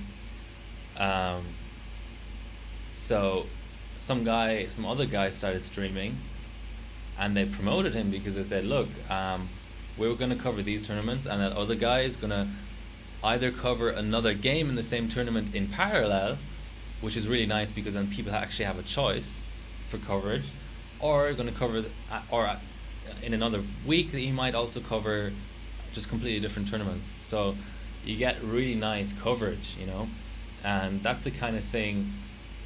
If we got enough streamers to have one streamer who primarily does 3D, and another one who primarily does AMD, another one who primarily does Intel and stuff, because Billzoid and I really do different things. He clearly knows a gazillion times more about hard mods and 3D.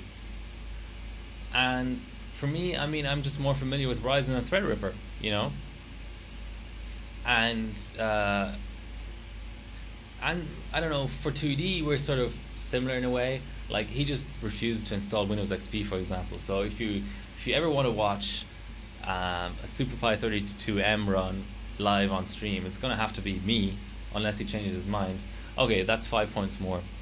So we are getting system memory scaling. Oh, let's look if we can actually see where we got our scaling. Got a little bit better.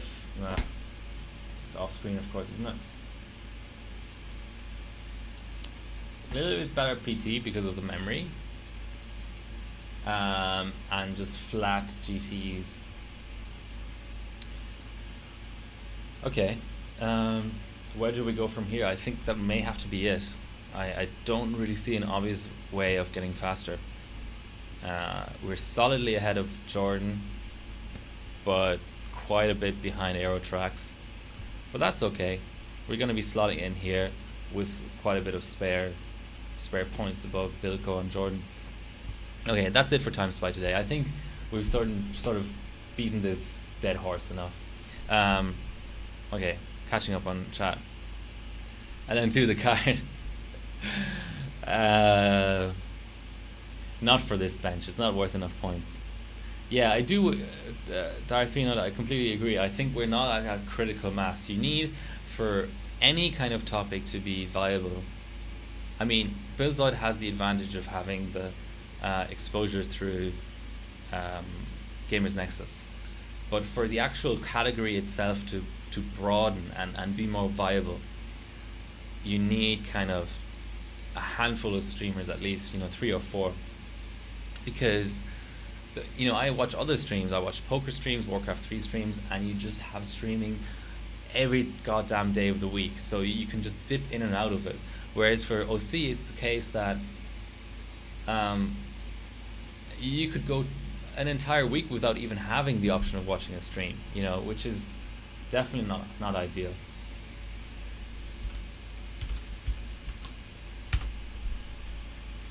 Okay, I'm going to put everything in the in my screenshot, so I have a reference of what voltages I use and so on.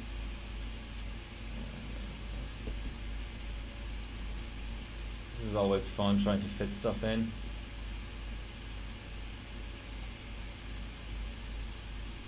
I wish there was an AI just for overclocking screenshots. That always found the optimal way to arrange your windows. There we go, that's decent.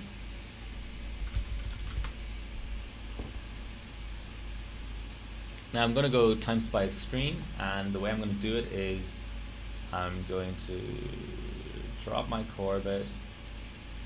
That should pass. And drop both cores actually. I'm also going to drop my GPU core, because for sure I need to do that. Time Spy stream is heavier. And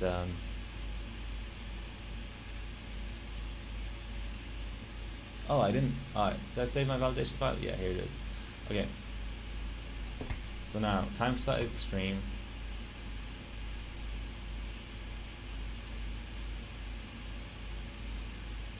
It's telling me my GPU doesn't have enough VRAM, but yeah, it can go fuck off. Alright, so Time Spy Extreme, relatively new bench. Here's the rundown. No points yet on Hardware Bot. I anticipate that it will get points in the future. Why? Because for Firestrike, originally it came out, and then Extreme and Ultra came out later, and they get points now. So they're going to do the same with Time Spy Extreme. Time Spy Extreme also 2 GTs and 1 PT. GTs are the same but at a higher resolution, which puts more pressure on the graphics card memory, so I'm going to have to try and max that more. Thanks, Palazan. Thanks for joining, and see you next stream. So yeah, because of the higher resolution, you need more GPU memory. Well, both in quantity, and if you can't get the quantity, then in terms of speed. And the physics test is completely different, so you get better scaling in the physics test on Ryzen and Threadripper. There's less of an emphasis on system memory because it's like a physics simulation rather than like an FPS number. I don't know the exact details of it. So, and it's also heavier than the regular Time Spy physics test. So I dropped a quarter mult, which you can do on Threadripper and not on Intel. So yeah, let's see what we get here. While I'm waiting for that, I'm going to open up the rankings in the background.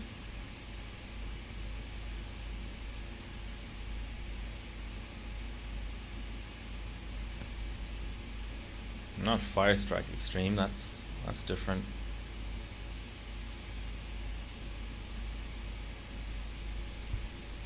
So, since it's a new bench, there's only 2.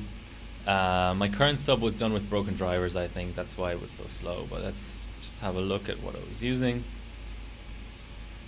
We're still on GT2 anyway. Not much going on. Not seeing any artifacting.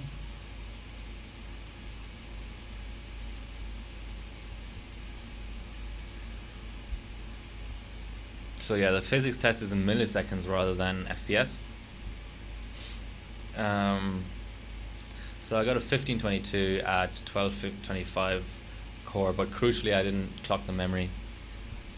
Okay, almost done now. I want to show you the physics because it's different. You may not have seen it before.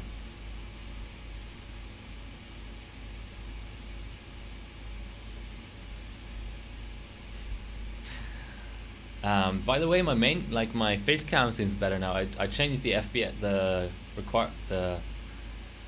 quality setting from quality priority to FPS priority, and at least I'm seeing it being less choppy, so that's nice.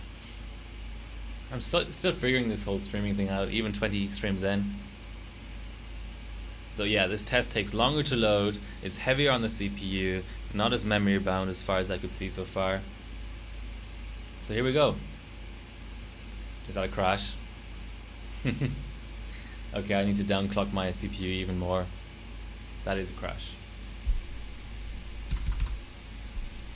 Like a hard lock.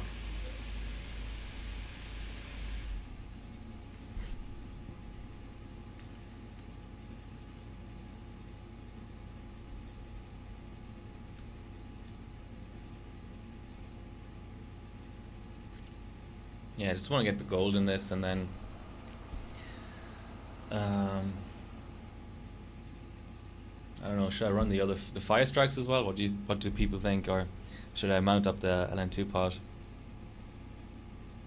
Oh, it's booting. Nice.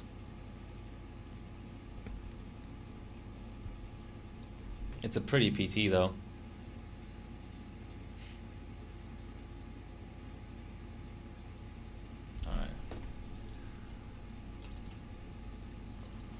Turbo V core. What did I run it at actually?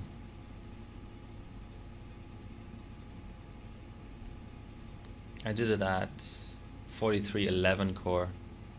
Okay.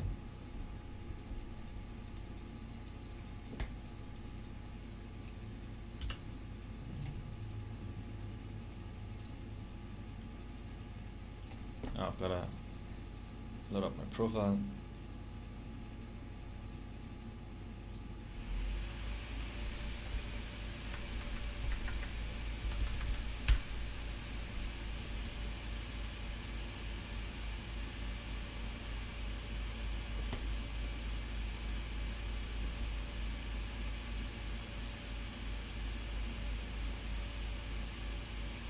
For 316 core, that'll do. 1250 GPU should be all right.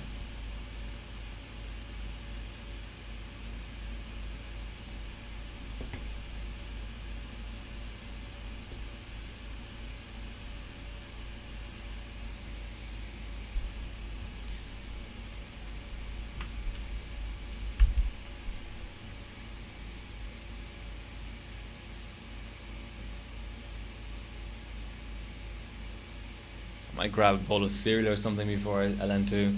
Getting really hungry here. What do people want to see? More 3D and then LN2, or LN2 straight away after Time Spy Extreme? Let me know. But yeah, I mean, hi Cog Whistle and Slow Coo. I think OC streaming isn't as intimidating as people might think. So I highly encourage anybody to start doing it. I would give people what little advice I can give if they ask me for it. The way I looked at it was, I do OC quite a lot anyway. I may as well stream some of it instead of, I don't know, listening to music while I do it, or watching YouTube or watching Twitch. Yeah, and we need just more of it. I'd watch it if other people do it.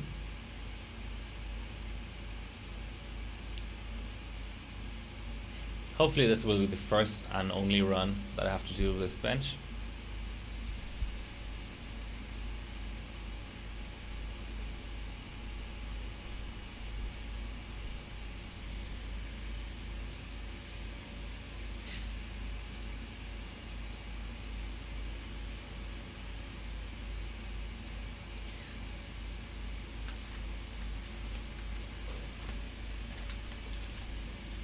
So last stream I was kind of talking about how I'm running out of thermal paste. So I've got some Cryonaut here. My preferred paste is gelid, but it's not that easy to get here in Australia. So in terms of Sub-Zero paste, of course,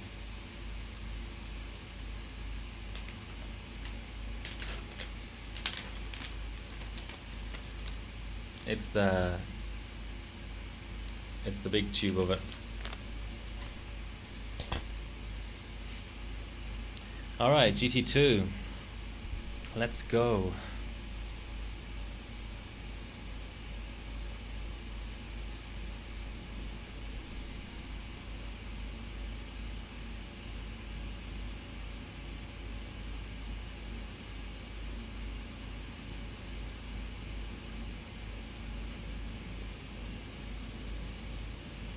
No artifacting, that's nice. Maybe it's not heavier on the GPU core. Maybe I just had an unlucky fail at one time where I sort of thought I noticed the core clock being too high compared to regular Time Spy. Would make sense. It's literally just the same bench with more memory throughput. Okay, physics. Run this time, please. We're at 3.6 on the chiller.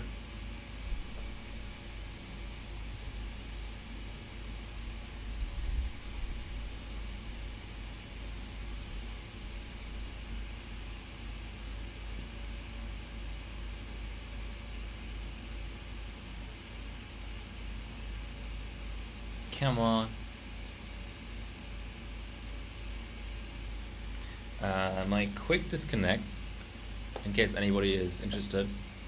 Now I have to admit I'm not really sure. Here we go. This is the new physics test. Scales to a near infinite number of threads apparently. So So I had trouble finding quick disconnects in Australia, so I got these plastic EK ones. They're kind of nice. They fit 10mm internal diameter, so that's what I needed for my fittings.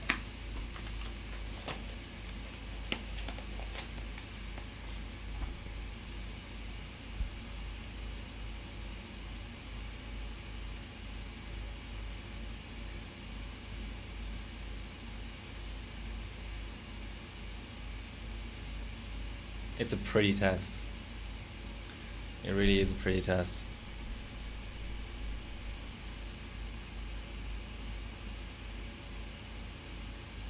Runs for a minute too.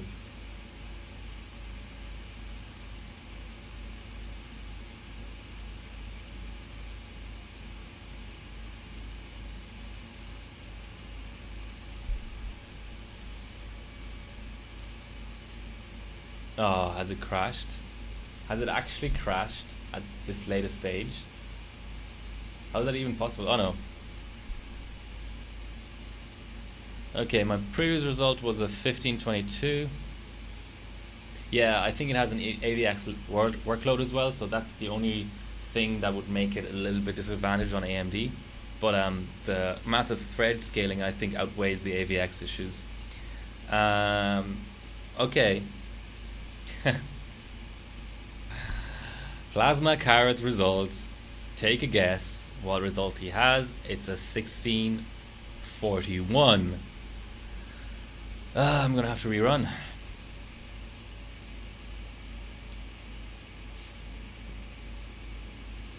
Ah, man.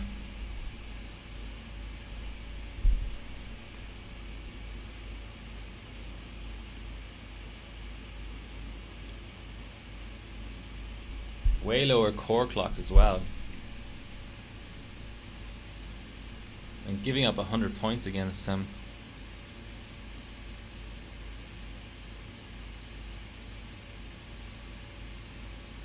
Might be driver issues or something. Oh, I didn't restart my driver. Maybe that's it. Okay, what I'm gonna do is I'm gonna go up like 5 core. And restart my driver. Hold on. And just rerun. Because I'm losing on GTs even though I'm ahead on core clock and stuff.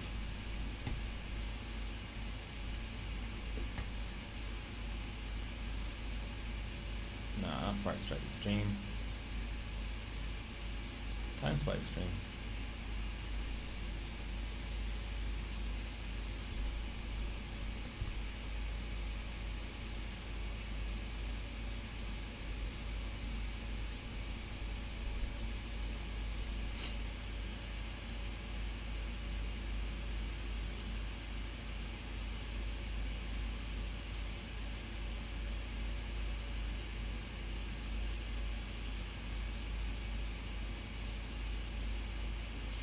GT1, here we go again.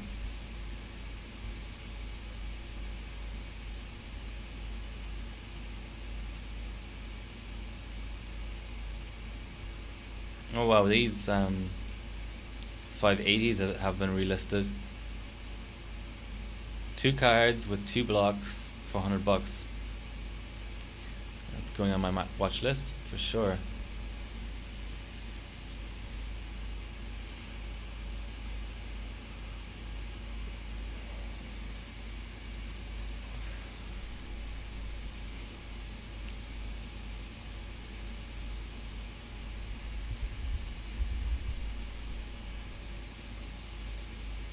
Oh, 2 hours and 7 minutes.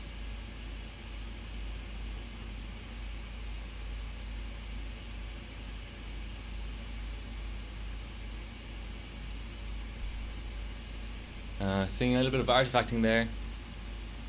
Was there a massive VRM issue, VRM difference with the classifieds?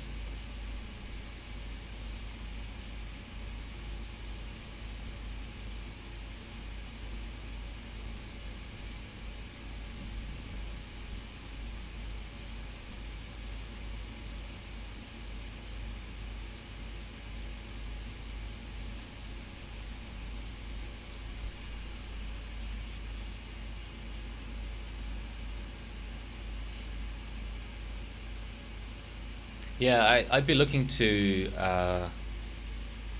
sub just on chiller anyway, so yeah, the stupid high PCB. I kind of remember that.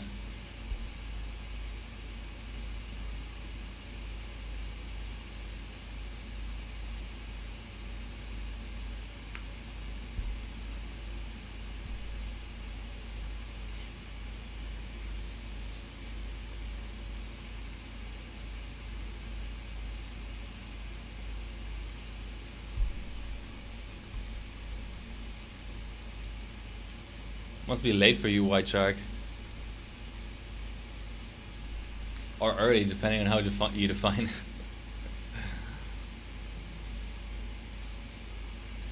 Yeah, not really running into any issues in terms of being too high on the core here. Let's just see what the score is going to be like. I'm still getting used to the idea of looking at the high frames and stuff in 3D. I'm not... Oh, it's cold. It's cold where you are? Oh, that's how you define the morning. Okay, makes sense. Like the guys who are really good at 3D, they can just cancel out of a 3D test straight away when they see that the FPS isn't up to scratch. I just have to sort of finish running it.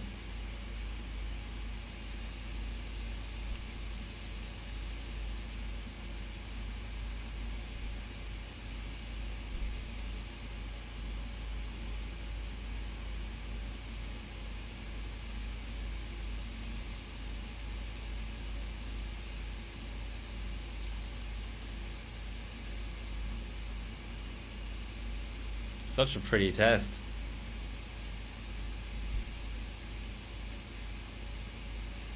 Please give us some points on this, Hyperbot.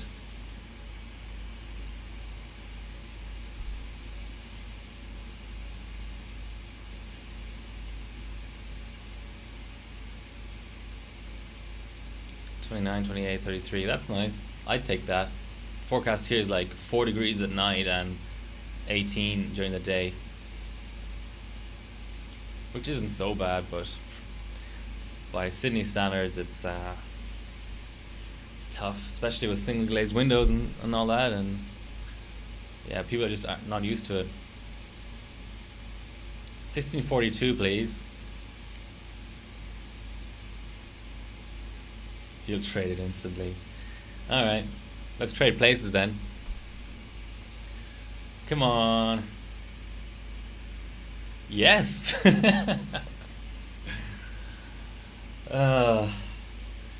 My efficiency is hot garbage, but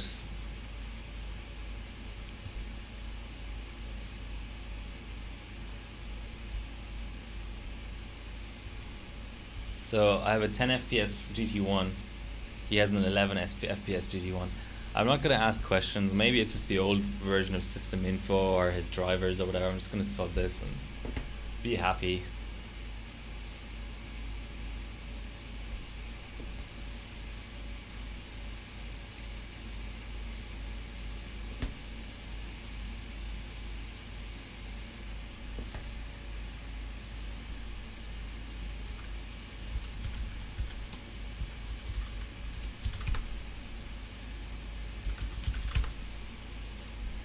Okay, time for Fire Strike.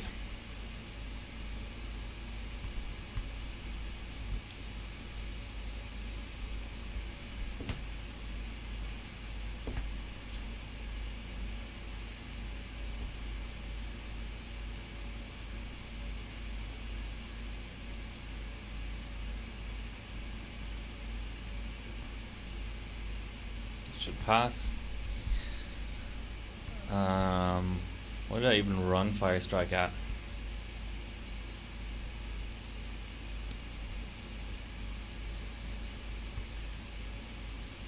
Oh well, I'm quite a bit behind Bilko there. Let me switch outputs. Okay. Oh, this is weird.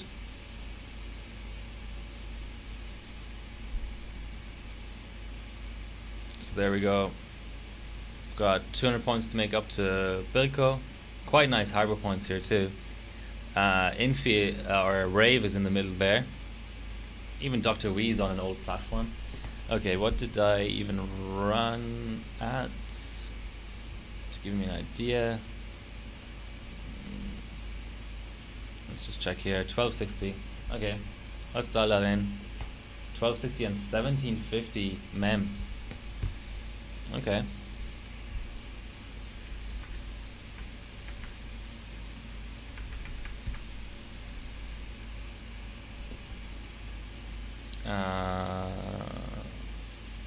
I was on the higher BCLK. Oh, that might have been why my efficiency sucked. Okay.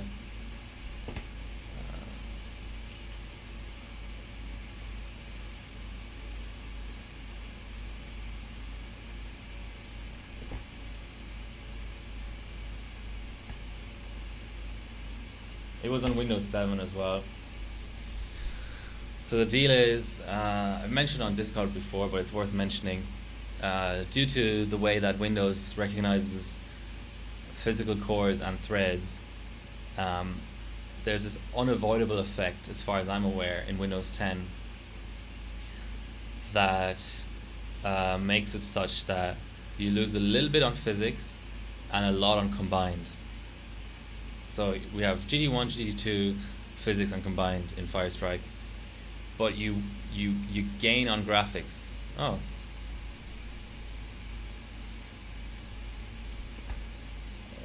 Alright. So liquid metal is worse than the stock paste, apparently. Restart my driver.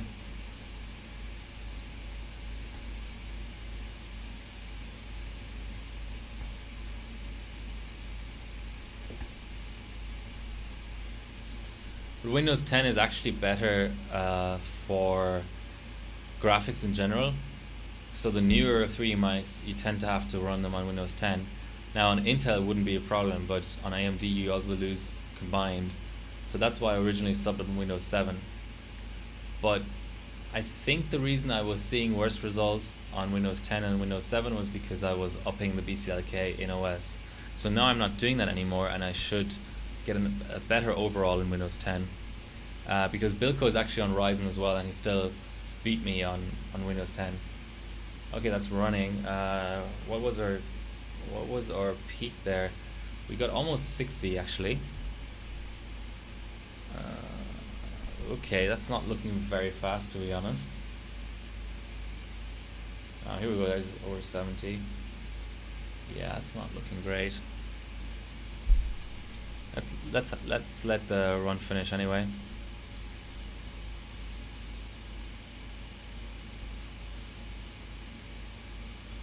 So you really don't like the sun, White Shark?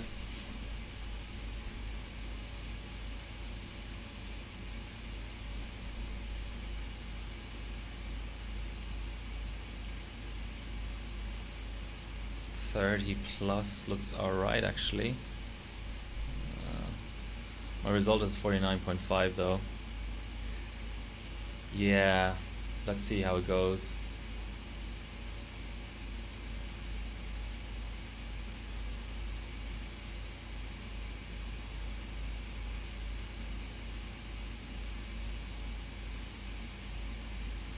It's looking kind of awful all the way around, to be honest.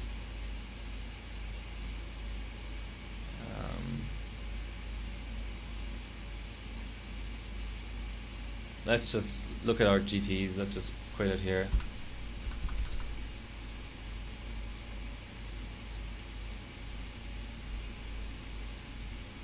Yeah, that's awful. I think my system might need a reboot.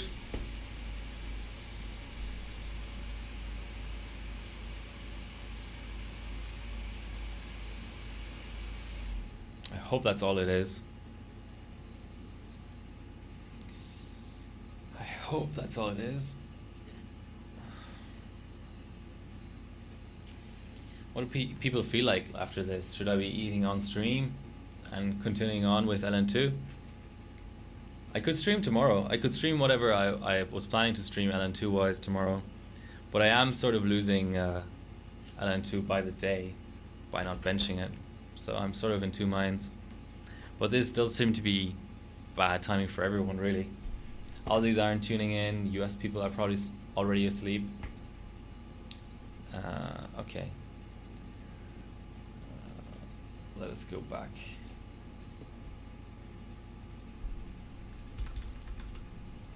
Let's try 60 again. Actually, I want to pass, so whatever, 58. I'm just quickly gonna run the GTs on their own.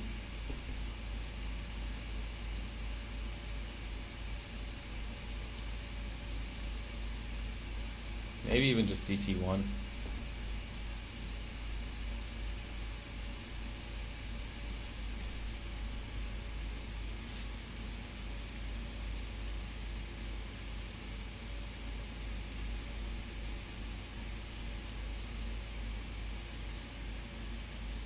So we're hoping for 59 FPS or 59.3 or thereabouts.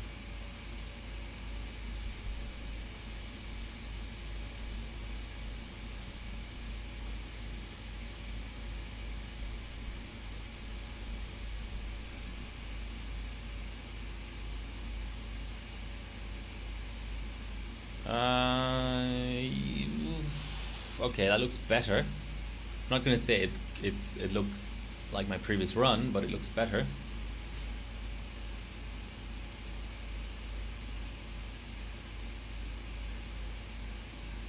Yeah, it hits 70 plus, that's always good.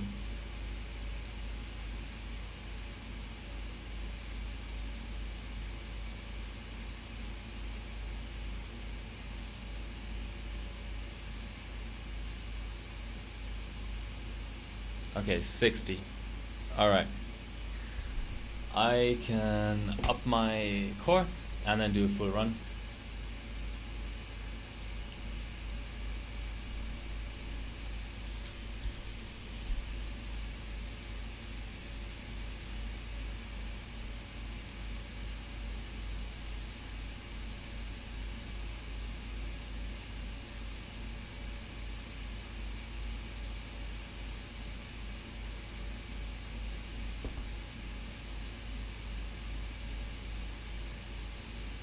Okay, that's the same setting I was at before. Should be alright.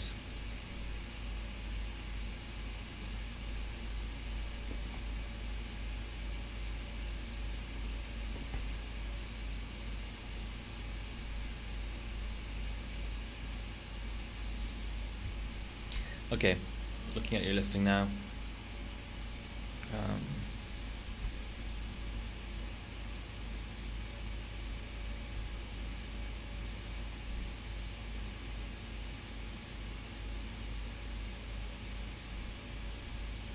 Yeah, I don't know why he's decided to relist it. I'm actually still talking to him via PM. He only like less than 24 hours ago he sent me the postage costs. So as far as I'm concerned, this sale is still pending, but he can do whatever he wants. I mean, yeah, whatever.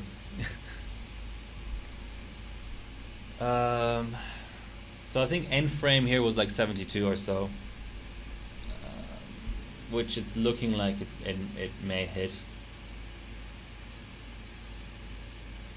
Such a pretty GT, this one actually. Hopefully no PT fail. Chiller is showing 3.9, so that's nice. It shouldn't warm up too much through GT2.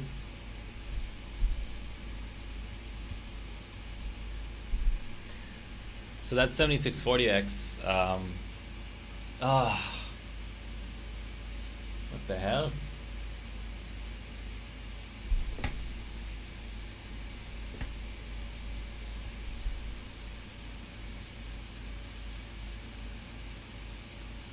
I have a Hilea HC 500A.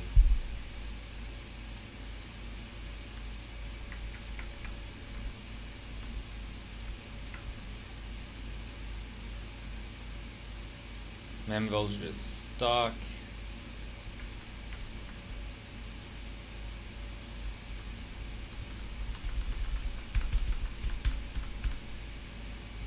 gonna wait for it to drop down to temp again. Oh, I need to restart my driver, don't I?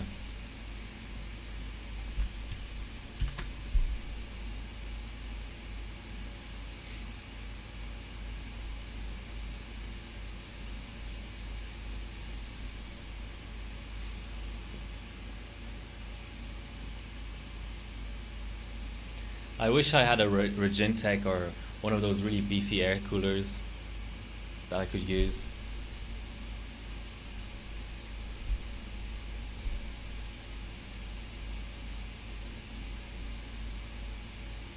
There we go.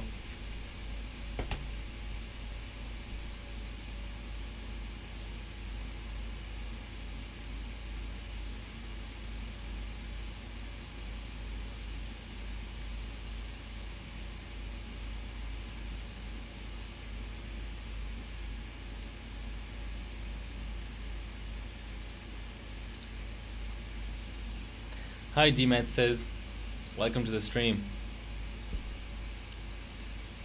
Yeah, those LEDs are pretty new, nice, I have to say. Oof, okay. I think a system reboot is required. Looking at those FPS numbers, if I don't see 72 or thereabouts, at the end of the GT.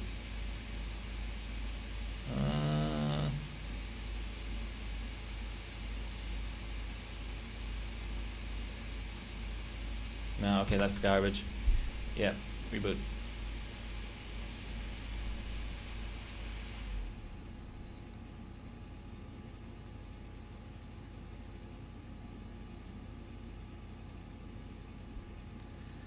Please train memory.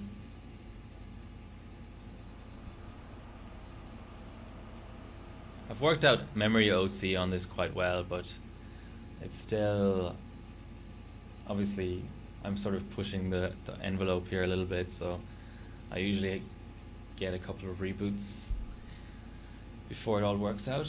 Okay, it's back already, that's nice. So it seems like graphics driver restart works on TimeSpy but not Firestrike. Maybe it was because I kept the instance of 3 Mark open, even though I started a new instance. Who knows? Anyway, we'll get back to where we were pretty quickly. Let's load up our profile and apply, and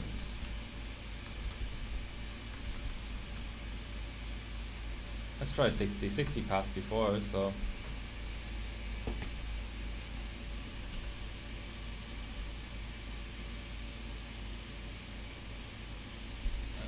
not bad. Good at math, so what were you amazed at?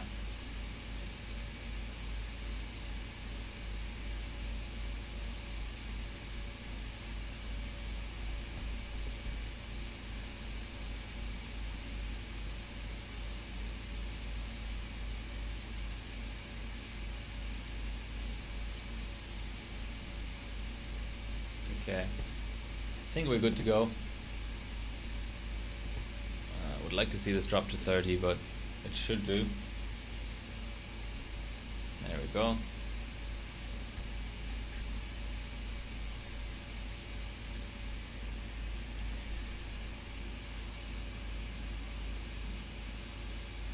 Azrock, is it a B350 board or an A3 or X370 board?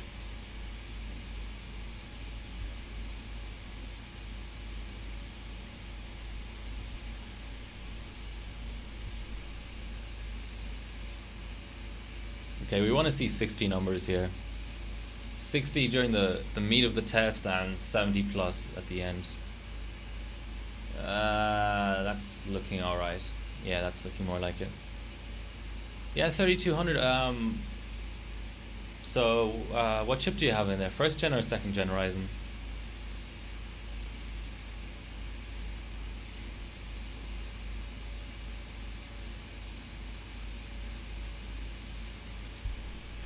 I'm gonna note that down actually, that TimeSpy doesn't need a reboot, but this does. That's handy to know.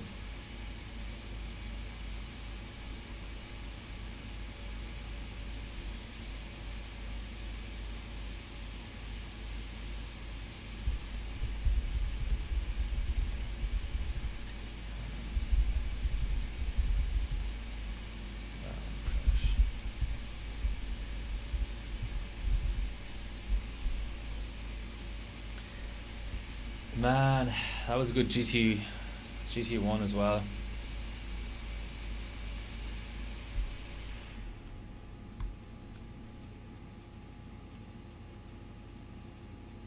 $2600X is a nice chip. I have one of them and I've overclocked it on LN2'd.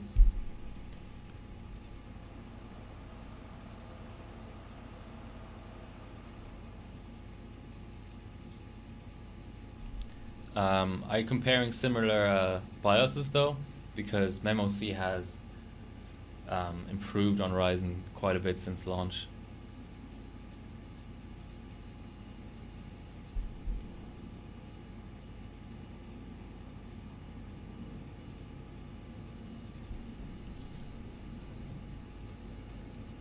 Oh, 4x4 GB. So that's more like Samsung E-Die, probably. Or it could be Hynix, of course.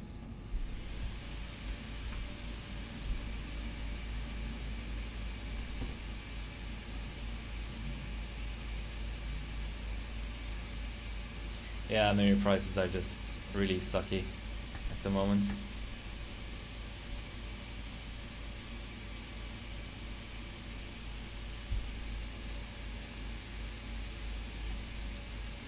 I'm gonna try a lower CPU core because I am kind of running on the edge there, so yeah, one quarter mult lower is fair, I think.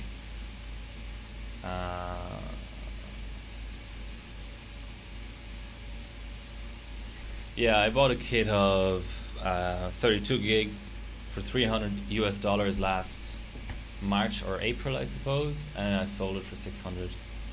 I don't really remember when I sold it, but it was just insane the way the price went up. We're on fire strike, aren't we?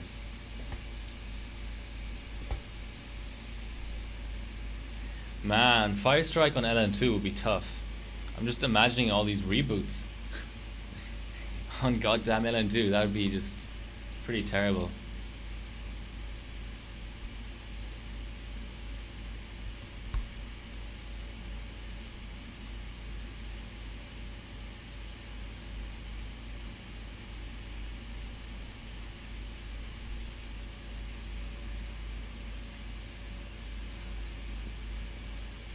Okay, how are your frames looking? That's good. That's a 60 plus FPS run from what I can see.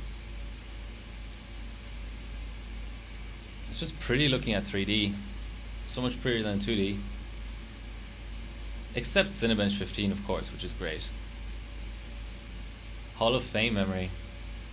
They don't really have a presence in Australia. Okay. Run GT2. Run for your life.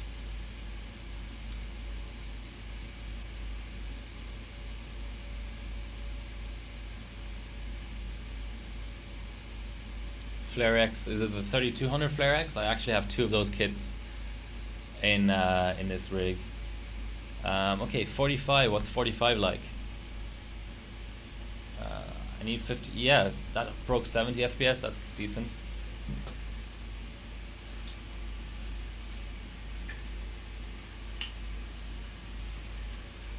It's now late enough in the afternoon that I have to open up again. Oh god.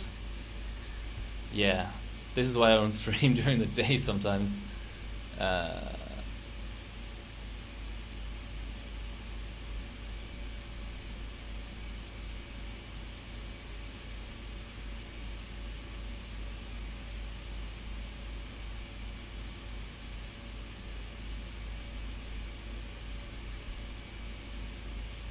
How's your physics looking? Oh, that's a bad physics. Physics is usually over 100 FPS, but I'm used to the Windows 7 numbers though, so overall, maybe this is still a good one. But yeah, we'll have to see. On Win 7, it will go up on up over 100.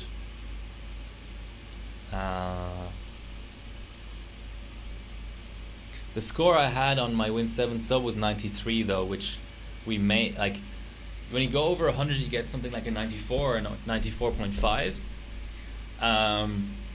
When you don't, then you get like a 91, 92. This is a Threadripper 1920X. You can usually get up-to-date rig information by going, yeah, there we go. Exclamation point rig will give you the basics of my rig. I don't always put everything there, like RAM and stuff. I just leave out sometimes, but yeah, this is the 12 core Threadripper. It does 4.4 physics with the chiller at 3 degrees. I've had issues getting it full pot on LN2'd, but I think I have a GPU Pi result of 5.3 gigahertz, something like that. Come on, combined. Come on, combined.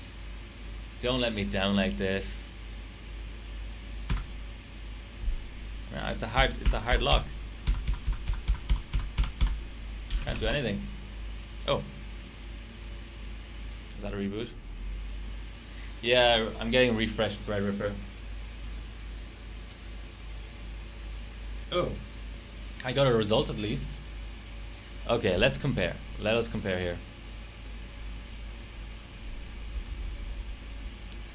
Okay, so my current sub has a 12.4 graphics. This is a 12.7. I have 29 physics. This is a 27 physics. And I didn't get it combined out. Let's go to our calculator. 3D Mark. Calculator.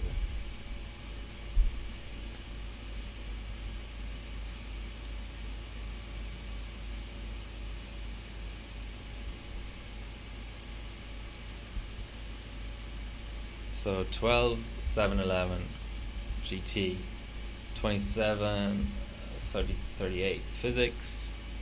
Combined, what would we expect from a combined? Let's go to build codes combined because he's running Ryzen. Okay.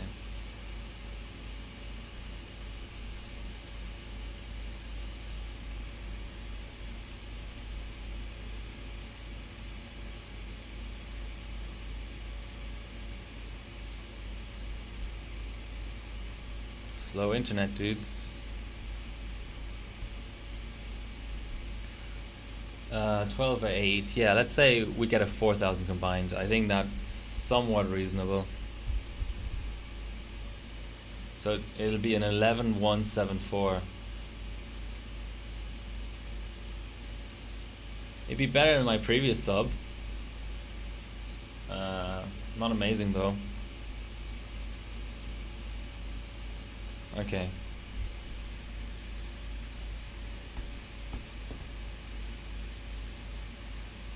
Yeah, I don't think I'm getting anywhere with Firestrike. This video.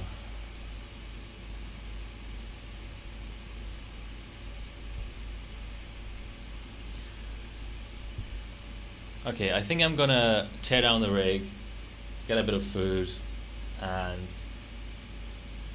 LN2'd. I think that's what's gonna happen.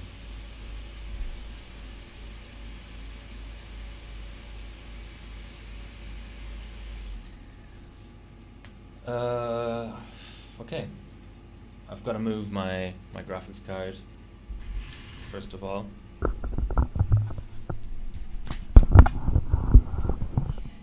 All right. Let's switch our view.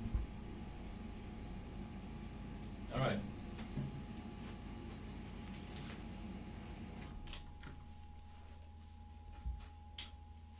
Chiller's off. Pump is off. Moving the graphics card.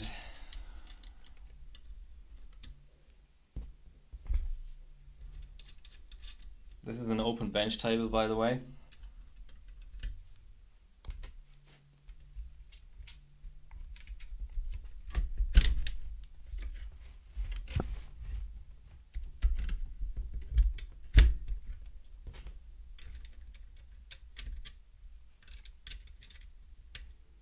Well, I have to add the heater anyway, but the block is a Fantex block, Glacier 399.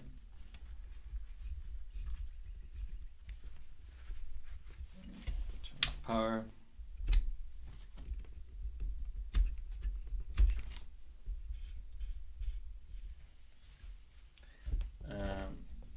Got a quick disconnect here.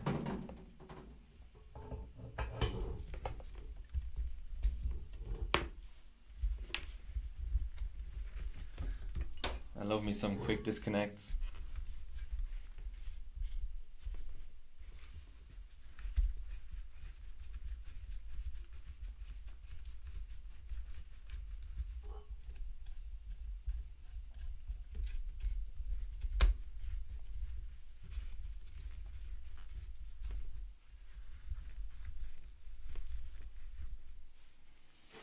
Do I see chat right now? Actually, that's a good question.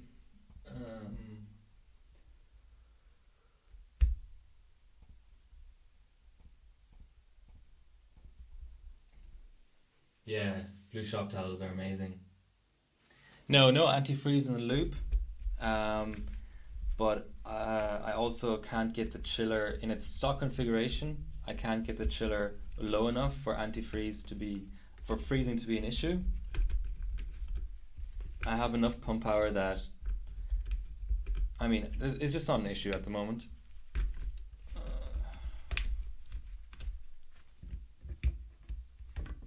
That is a good mount actually. I use pretty cheap paste on it.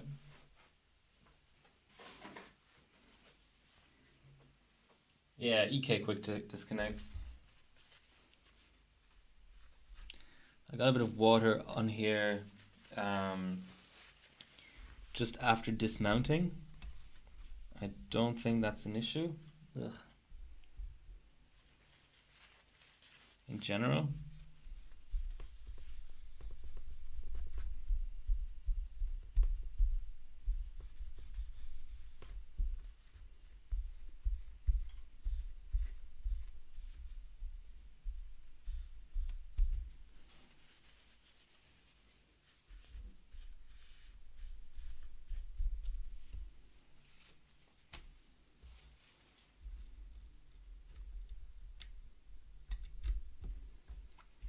I will have to lift up my board to install the socket here.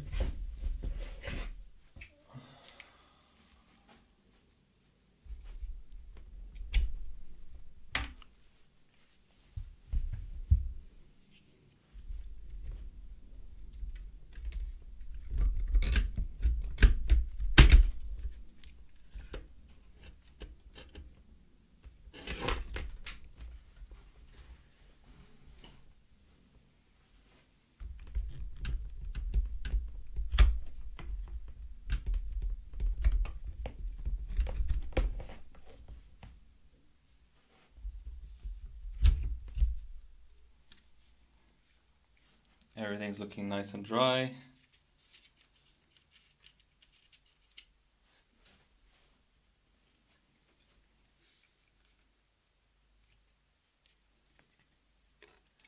Just feeling the back of the socket, it's cold, but not cold enough to actually generate any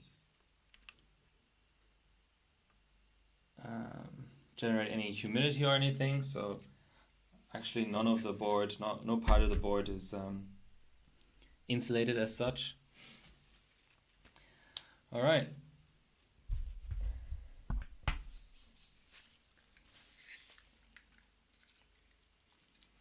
So the mounting holes on this board, or on the TR4 socket in general, are a little bit different. I can't just stick my well, first, my pots don't have the right mounting basically. So what I need to do is remove the rods from my heater and just have the heater stuck up against the end of the back of the board, not through the mounting holes.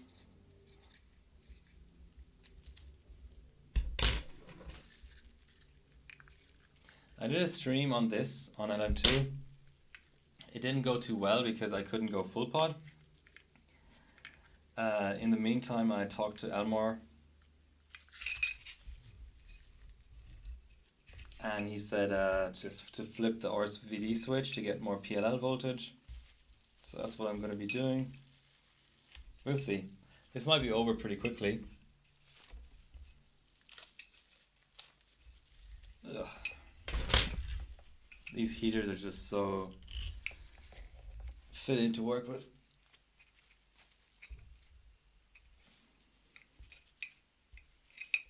Come on, come off, please.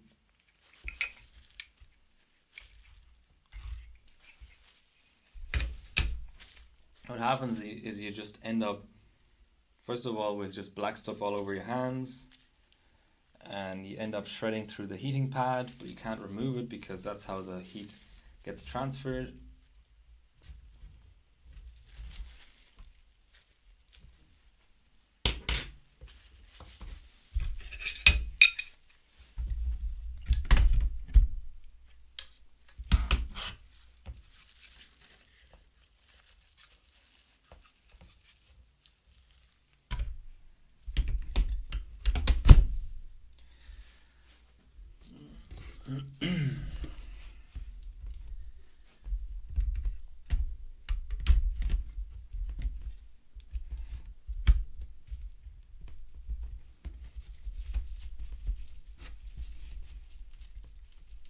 So have to be careful to align the heater properly because the rods are not keeping it in place like they usually would on socket 1151 or AM4. Doesn't have to be perfect, but it has to be good enough.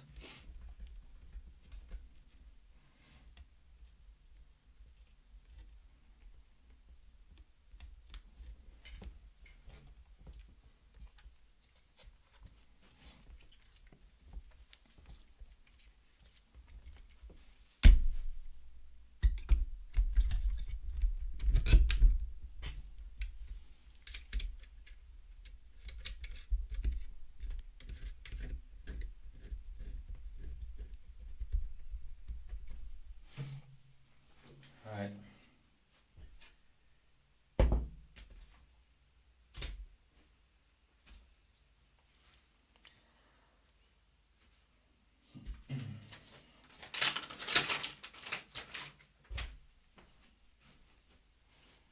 So I haven't used Crynot before. Hopefully it'll do okay.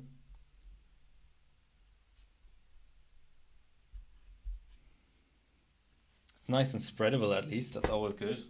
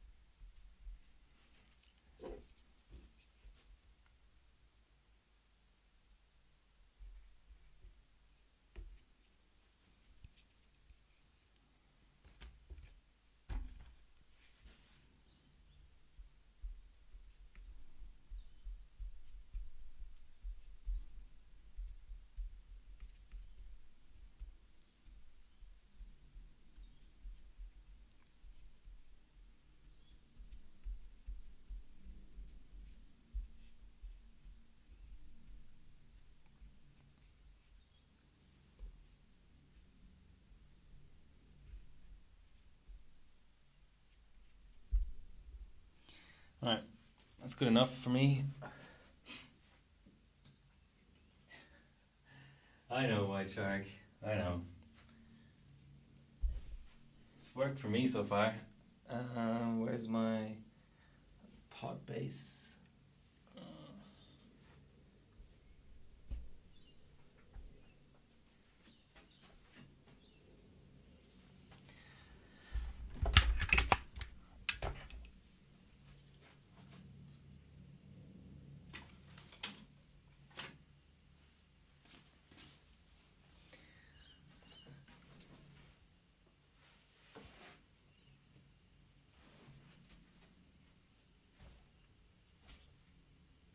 Where are you, Kingpin Venom? Thought I got you ready earlier.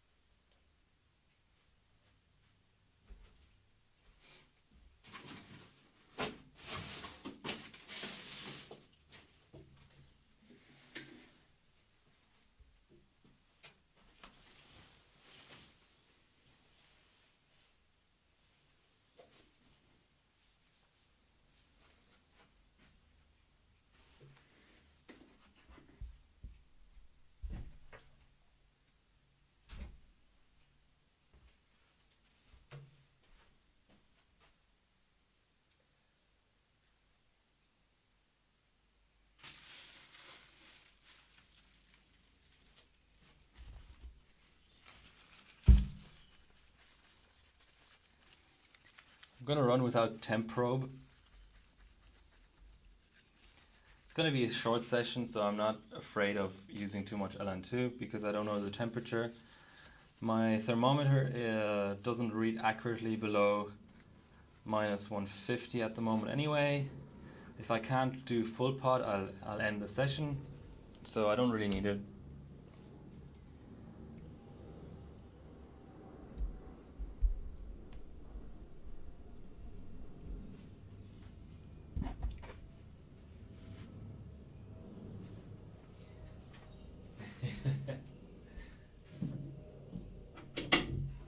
That's why I don't do 3D White Shark, because I don't know anything about it.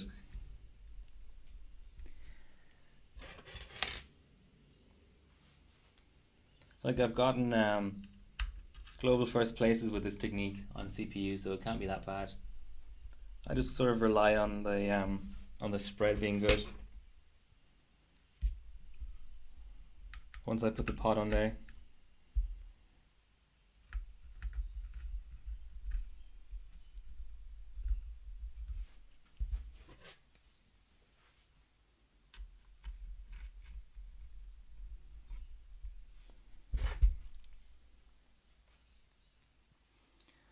Once everything's mounted up, I'll have a short break just because I have to grab some thermoses full of LN2, probably some food as well. It'll only be 5 minutes probably, but just to let you know.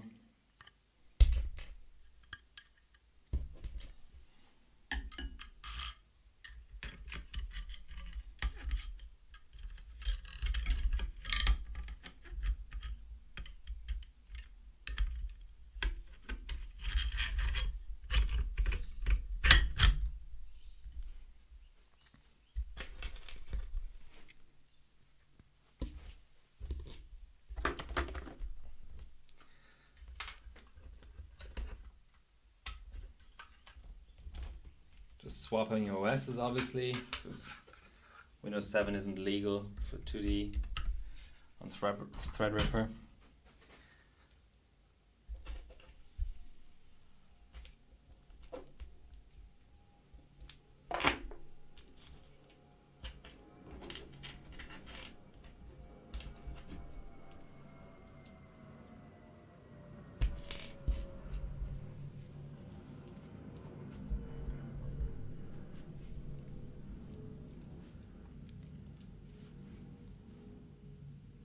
Pot is escaping.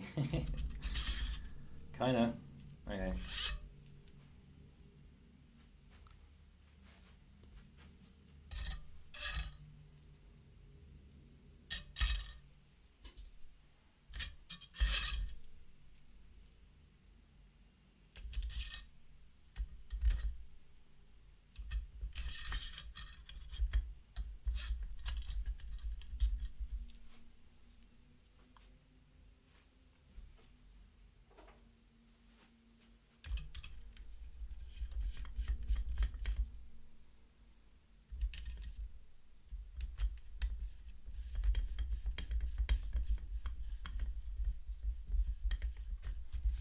Really looking forward to having a pot that has actual Threadripper mounting.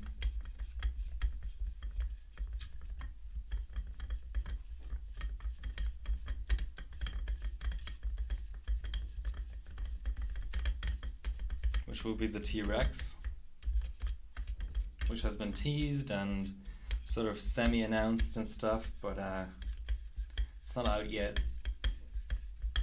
Vince from Kingpin is taking his time as he usually does, which, you know, I can sort of understand.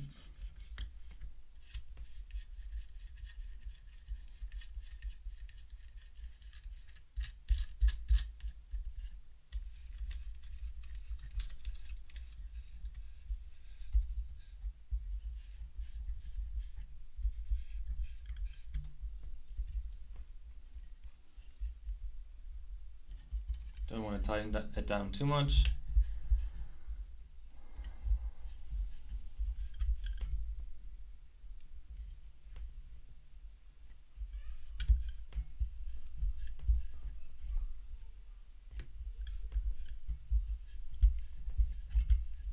That's something that I haven't properly sort of tested yet, is the mounting pressure on TR4.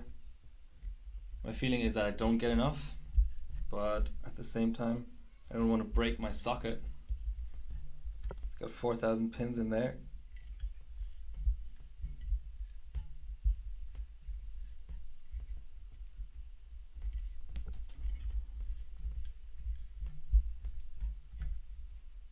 Okay, that's decent.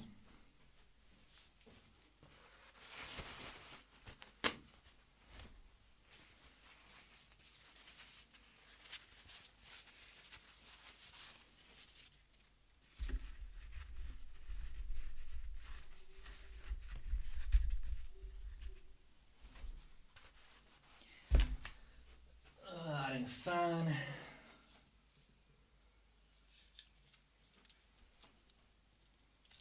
One fan should be enough for our purposes.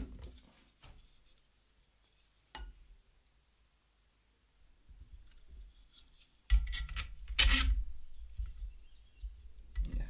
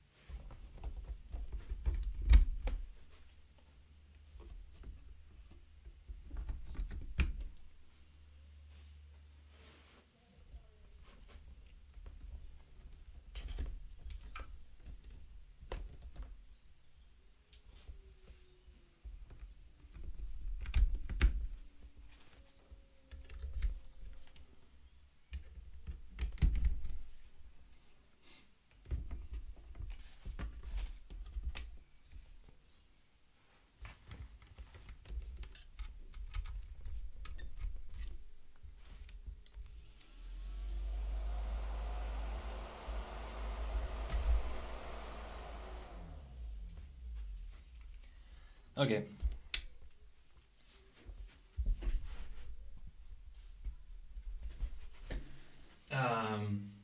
Just a 5-minute break at this point, just to get LN2 and a bowl of cereal.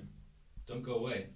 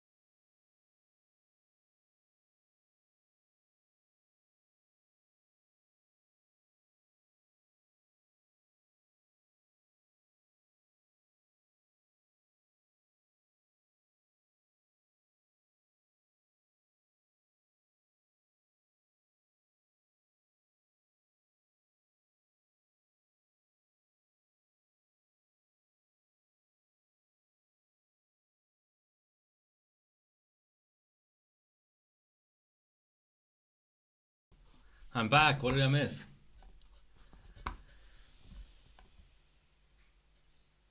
Yeah, the rod is bent. So, bon appetit.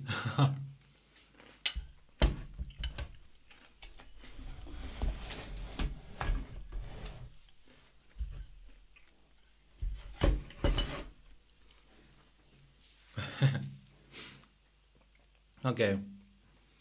I think that cam is doing alright. I just need to insulate a little bit more. I have 5 thermoses worth of LN2. Just a warning, I may not be able to go full pod. This may be a really quick session, but I just want to test it out.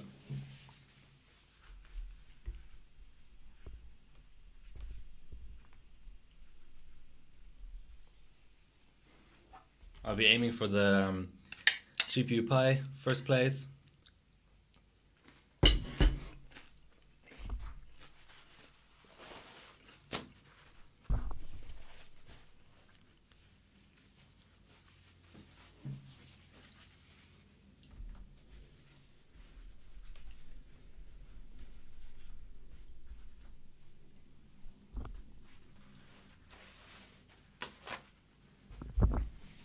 As long as I don't drink the LN2 and try and put my cereal into the pod, I think I'm doing well.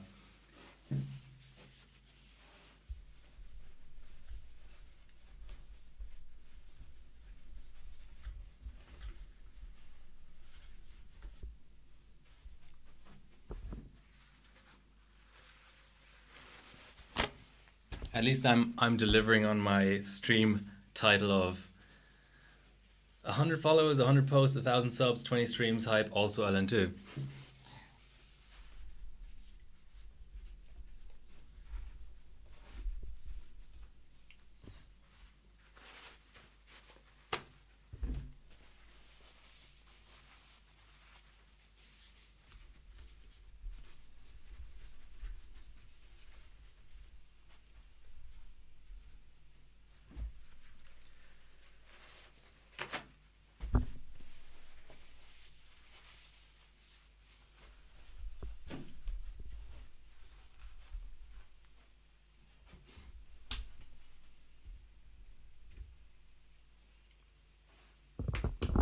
Going to clear CMOS.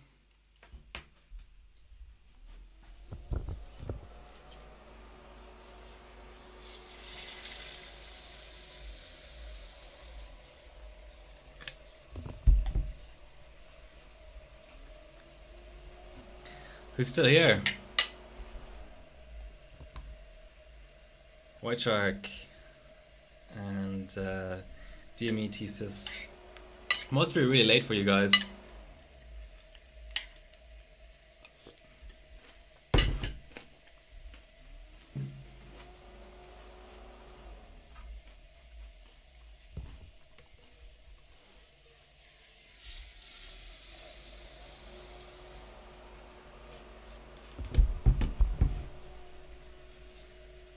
Just training up the memory and all that.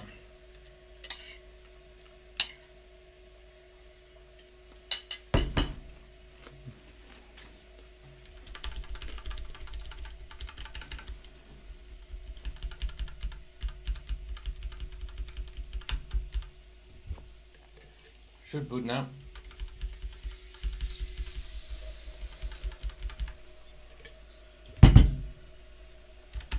All right. I have display out.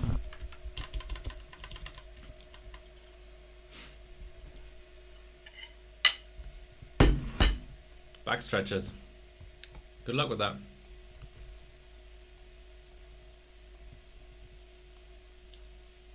All right. No.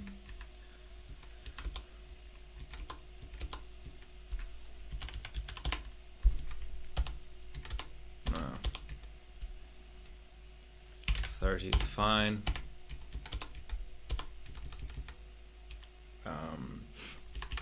Keep it at auto. I'm not interested in any sort of memory OC really at the moment.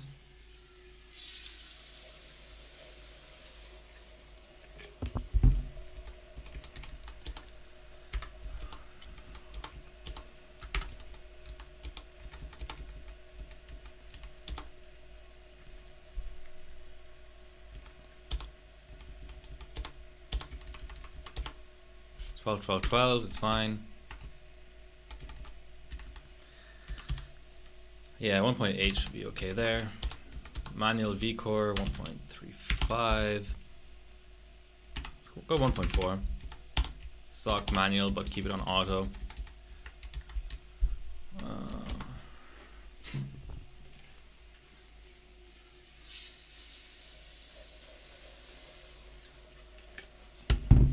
It's funny running without temperature monitoring, but I think it'll work out. As in, I won't be disadvantaged by it. Everything else can just stay the same, really.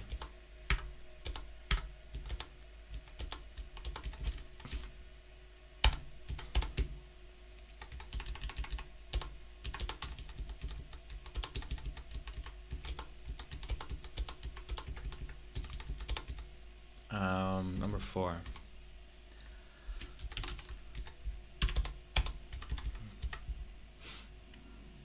That should be all right.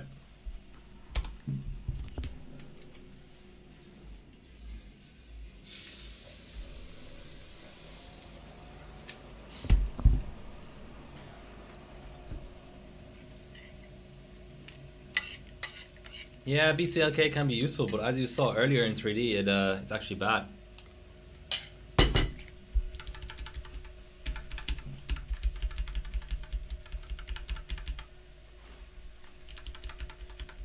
It looks like it's going to post. Oh. Oh, of course, I forgot to do the fan speed thing.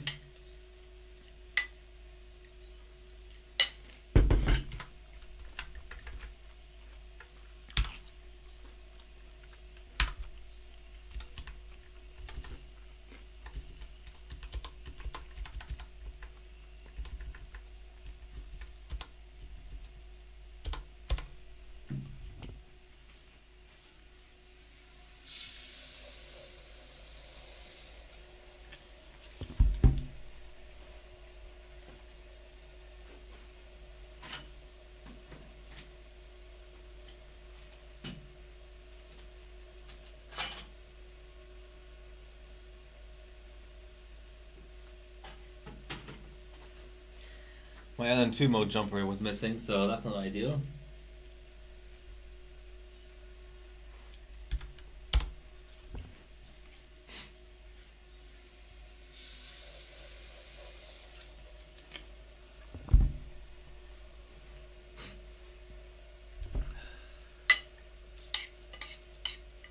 Should be cold enough to flip the switch.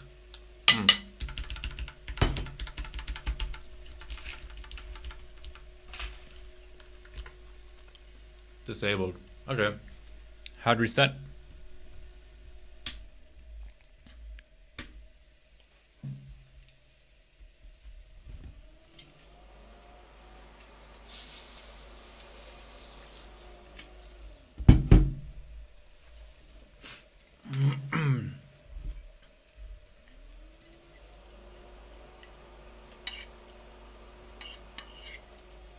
Well, I was getting timing errors. It was actually slower in the benchmark DME thesis.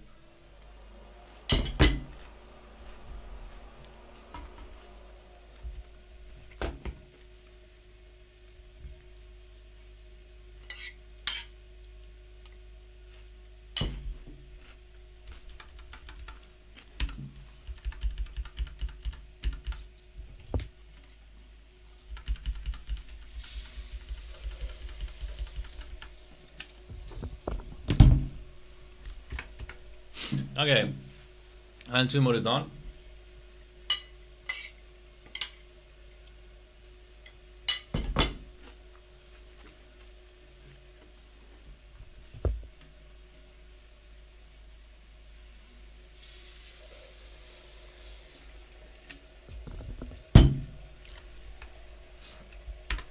Let's boot into Windows. Oh.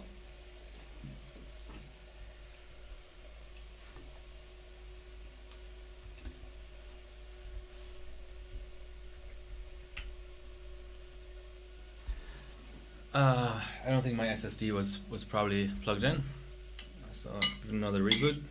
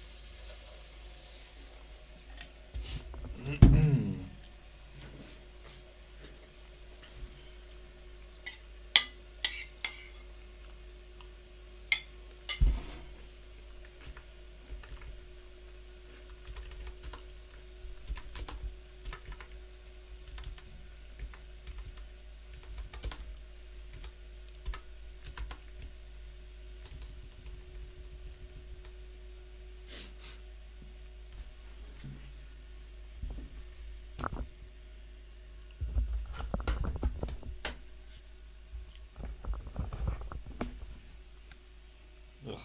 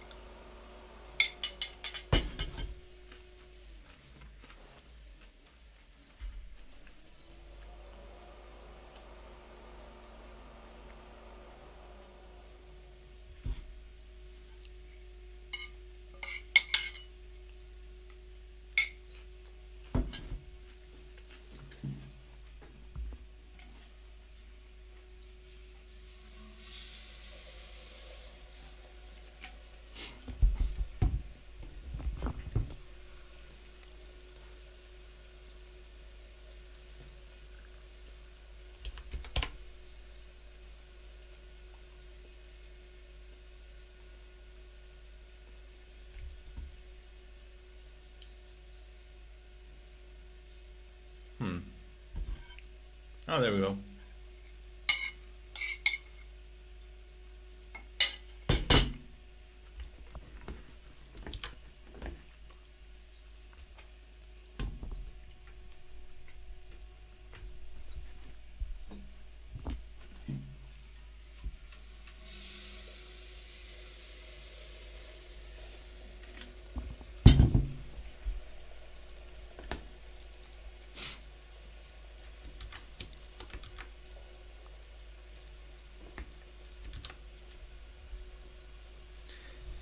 Okay, this is where we check for a cold bug.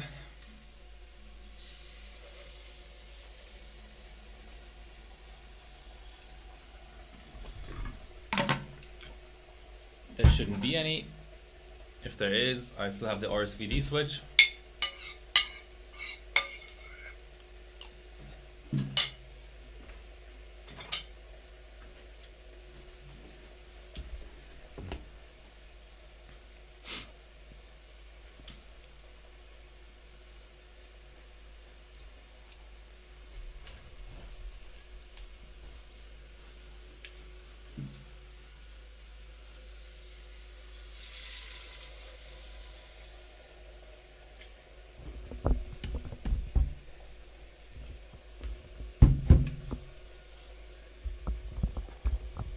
My display out just dropped, but I think that was just no,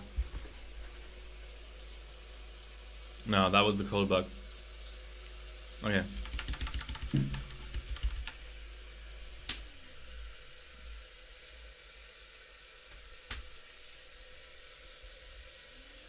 Okay, RSVD switch is on.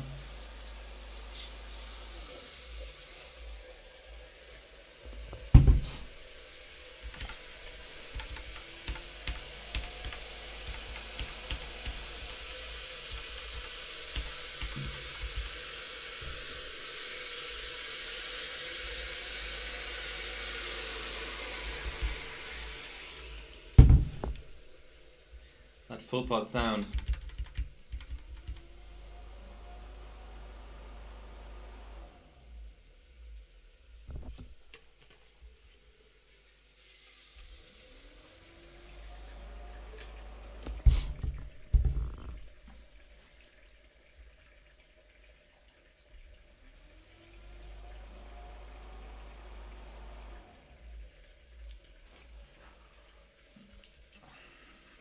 It's not looking good at the moment.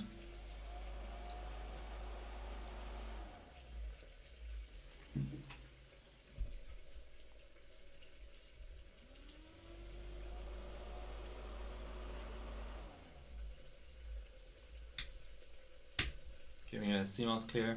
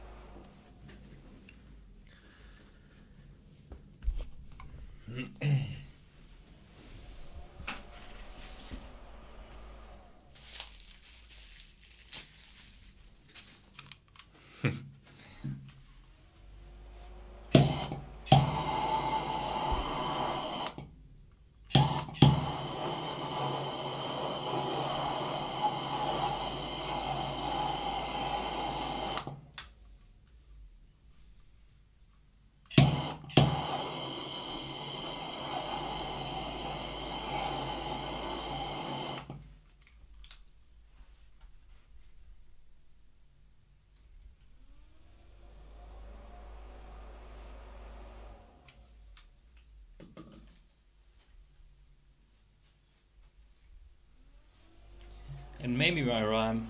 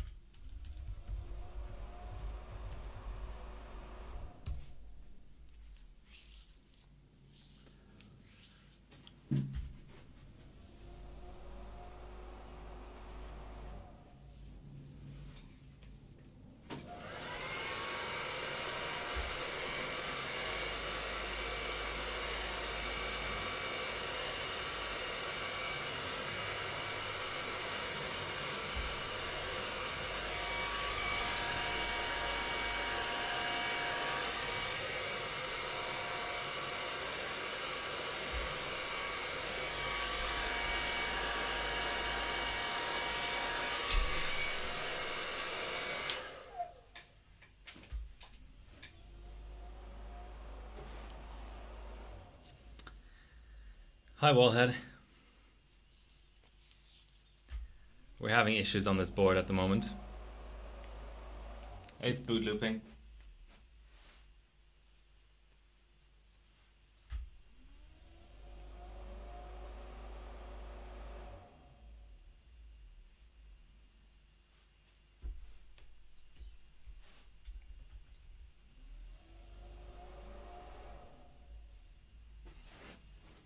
Safe boot doesn't help either.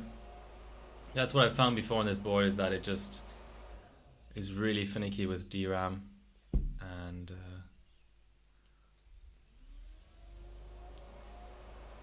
unfortunately also full pot, which makes the whole thing a little bit harder.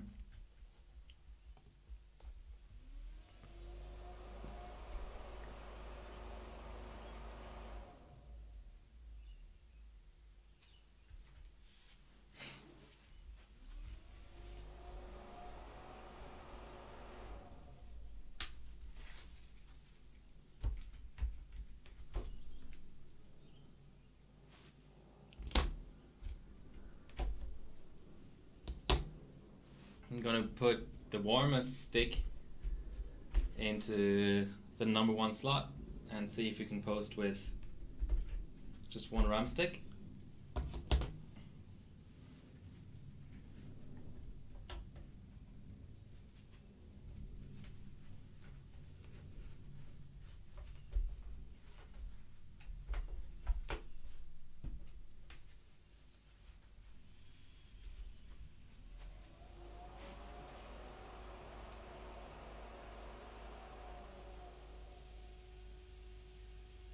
Yeah, I think I need more volts. Cold. I need like more sock volts or whatever.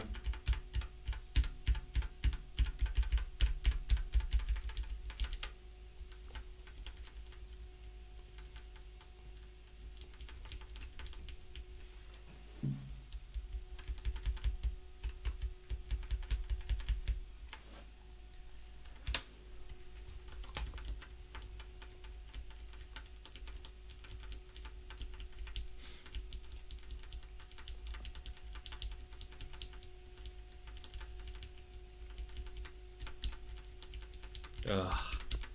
Harsh.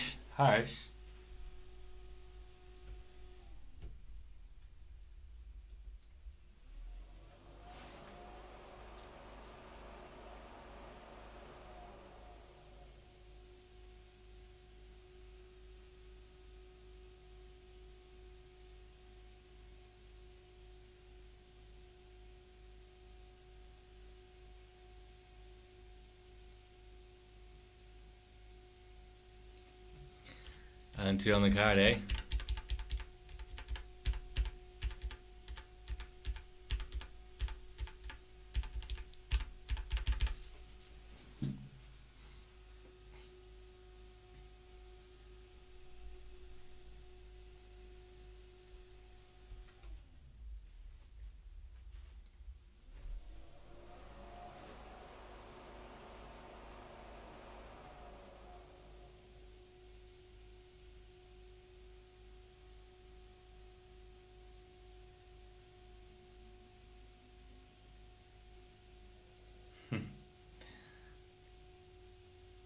I think it was worth it.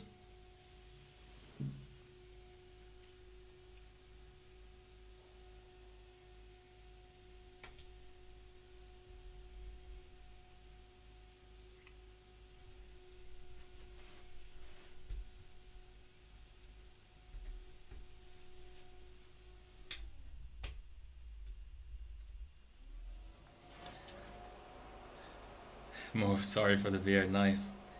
Okay, LN2 mode is off, RSVD switch is off. Let's see how it goes.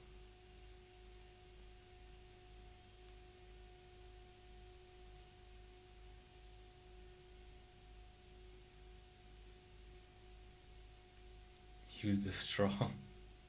What the hell?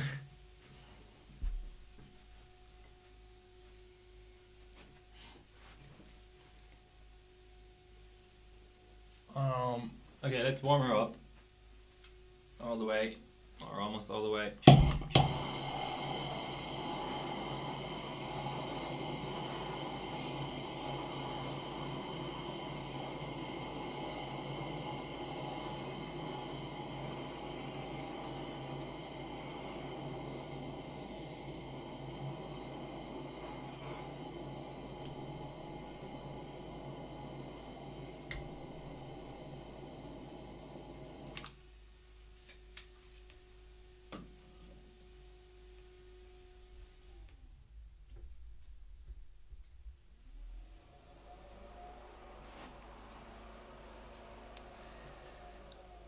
The only thing I ever see is just the RAM LED.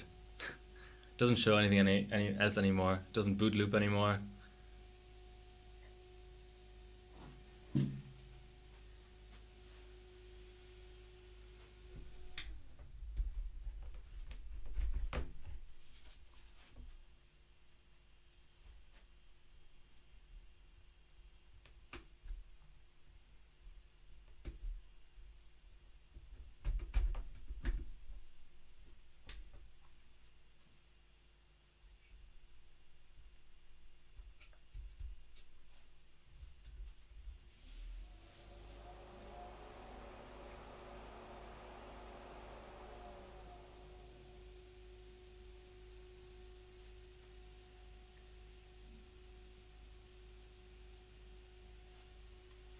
No, it's amber. The RAM LED is actually amber. It's right here. Have I popped the board?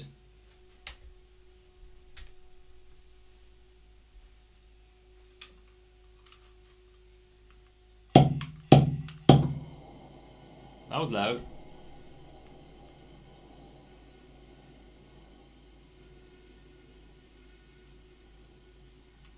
Oh, I think I'm running out of gas. I have gas. Let's just finish it anyway. Or maybe not. Wow. All right.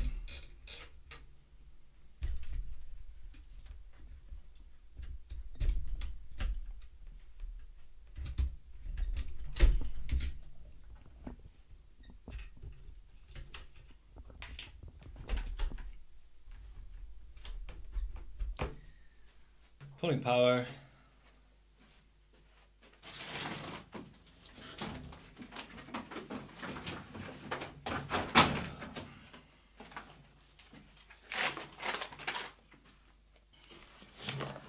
I'm glad I have some more of these.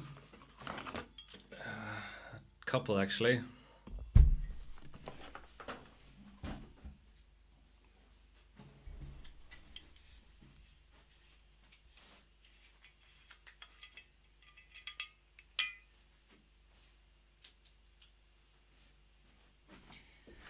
Don't think anybody's ever swapped one of these out on stream before.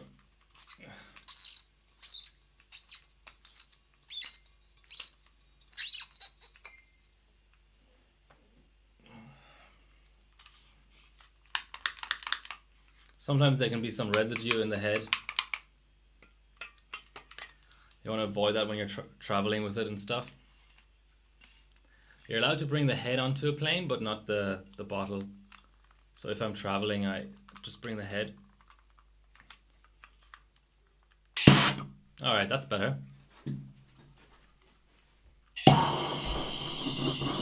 Okay. That has made a world of difference.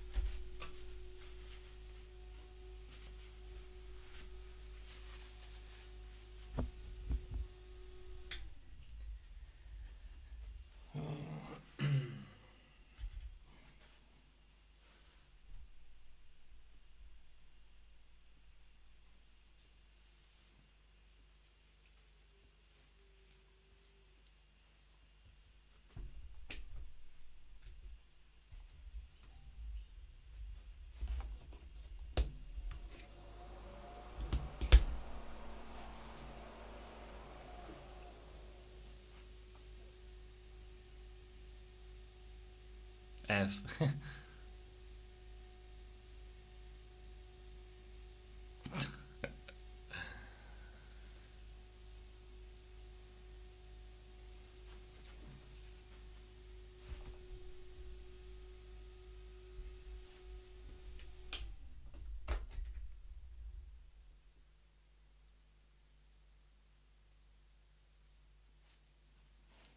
Gonna clean the slots.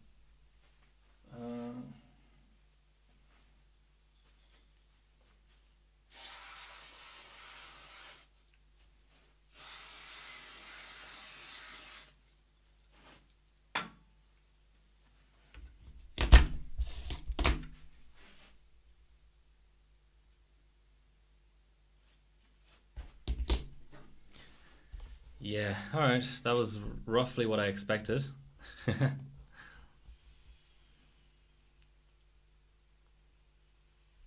Oh, Violent Leprechaun is back. This board is just really finicky with RAM.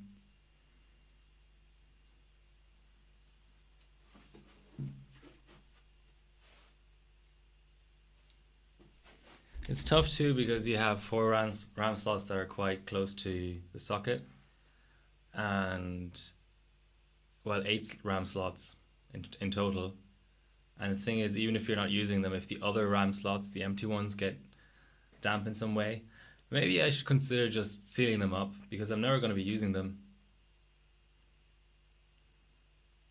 I'm not reselling this board. Nobody who overclock, like even if I resell it to an extreme overclocker, they're not going to be using the other RAM slots. I should just seal them up with Plasti Dip or something.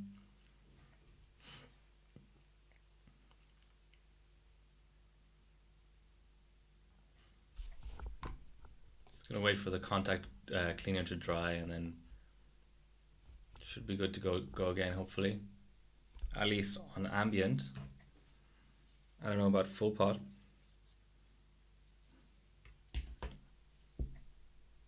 Desolder them. I I don't know if the board is really going to take that. You've got the heat of desoldering and the fact that maybe the board will in some way notice that it doesn't have those RAM slots anymore. Not recommended. Not recommended, I would say, White Shark.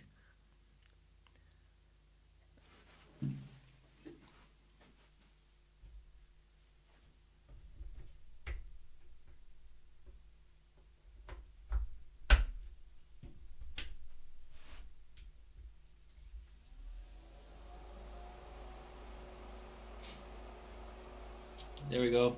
It's posting.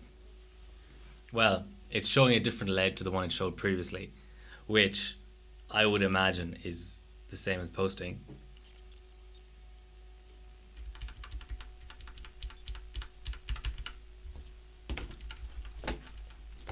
What was that about paying respects, guys? It's perfectly fine. It's perfectly fine.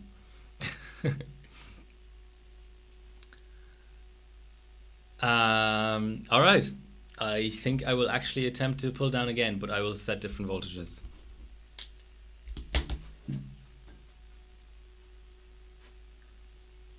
I have stick number 2 in there, so I just got to keep the kits the same on each side.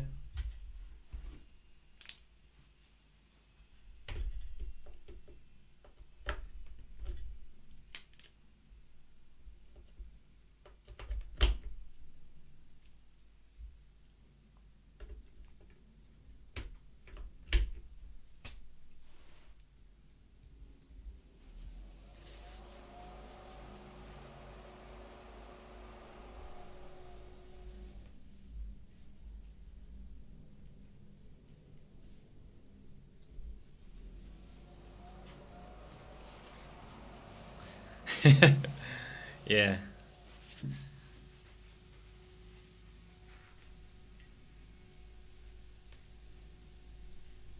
What I'm going to do is I'm going to run my socket heater on another PSU. That's what I usually do.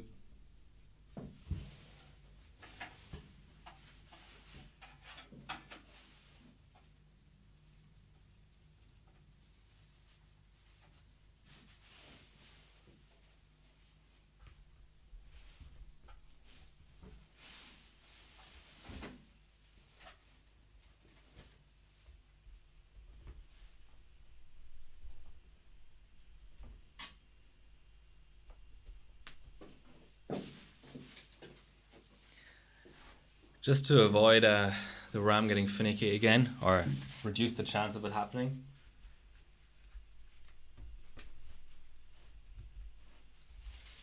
Just gonna check as well to see I have all 4 channels.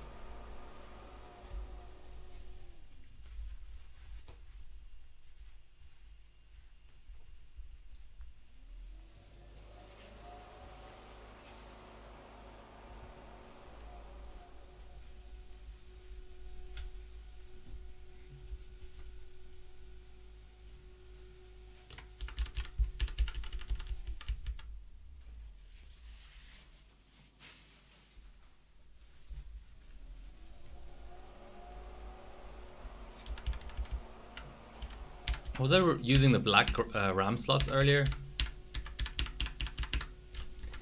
Yay, the viewer numbers are rebounding. Maybe some people have woken up. Okay, let's just go into BIOS. Okay, no idea why it's giving me that weird error.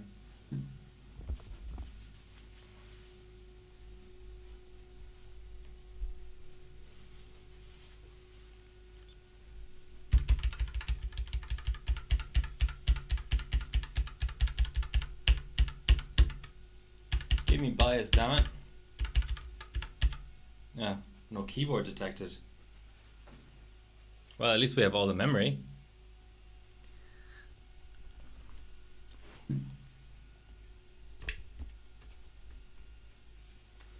Just give it another reboot with the keyboard in a different slot.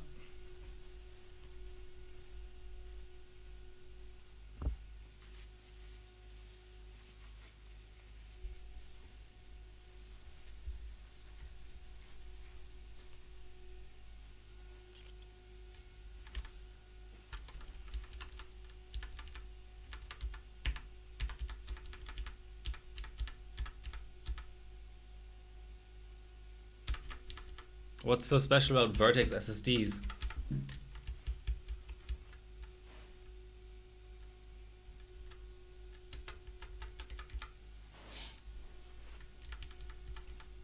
Are they that old? I didn't know.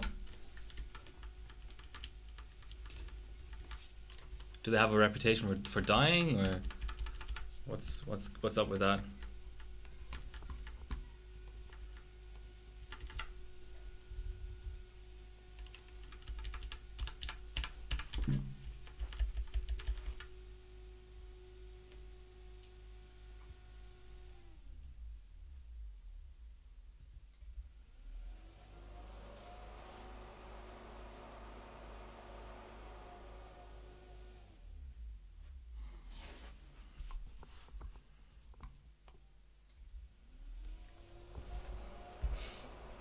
I thought Prime Day was over.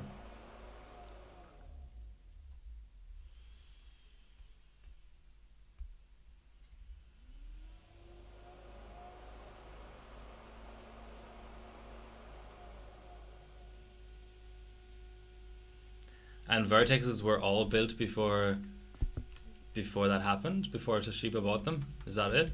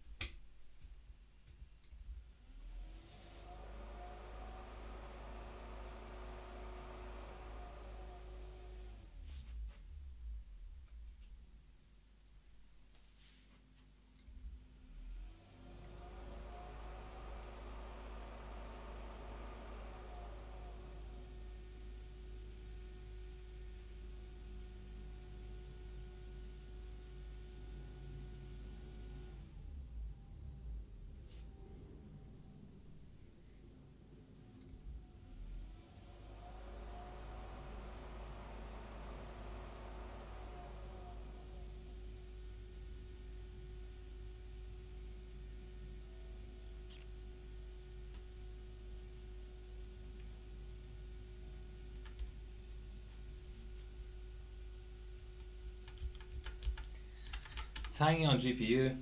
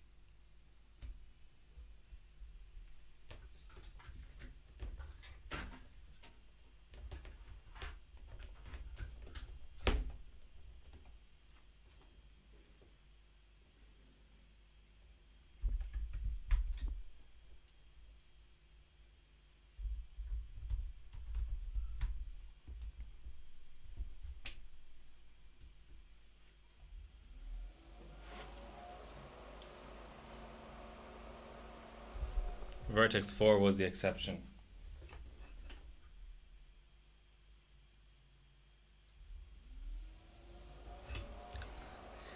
Well, this is a Vertex Plus R2 MLC.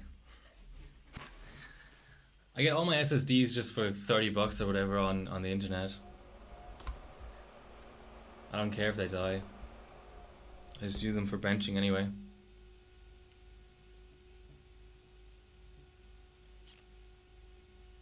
Oh. Yellow.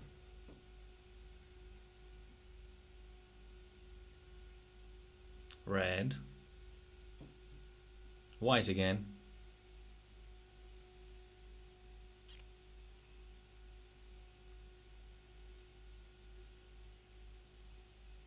Doesn't look like we're going to get past that white. The board is fine, just needs to be dried off, I suppose.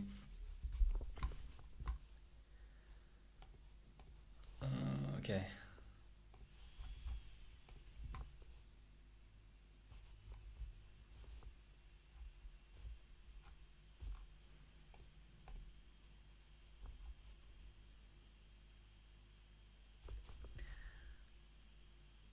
I don't have a gaming rig, I only bench. Alright, looks like we're not going to make it all the way to 1,000 submissions today. Oh, you can't see my... You actually can't see me mousing over that. That's interesting.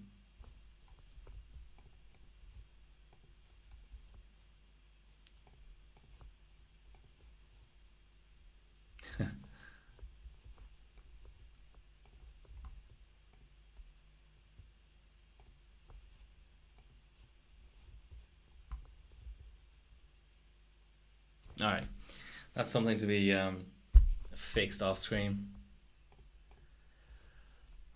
3 mark went alright, LN2'd didn't, is all I'm going to say here. But I think it's fixable. It's definitely fixable. I don't think the board is dead. I don't think the CPU is dead. I think the cold bug issues should be fixable. I'll just have to ping Elmore again and ask him for help. He's R&D for this board, so that'll be alright. I may stream tomorrow. I have some LN2 to get rid of. Maybe Division 5. I'll see what I do. But I like the 3-part portion of this stream. It was very chill and there were no technical issues, so that was good. Well, thanks all for hanging out with me. This was live stream number 20. There'll for sure be a 21 and it'll be on LN2, so just tune in for that. Otherwise, just see you then.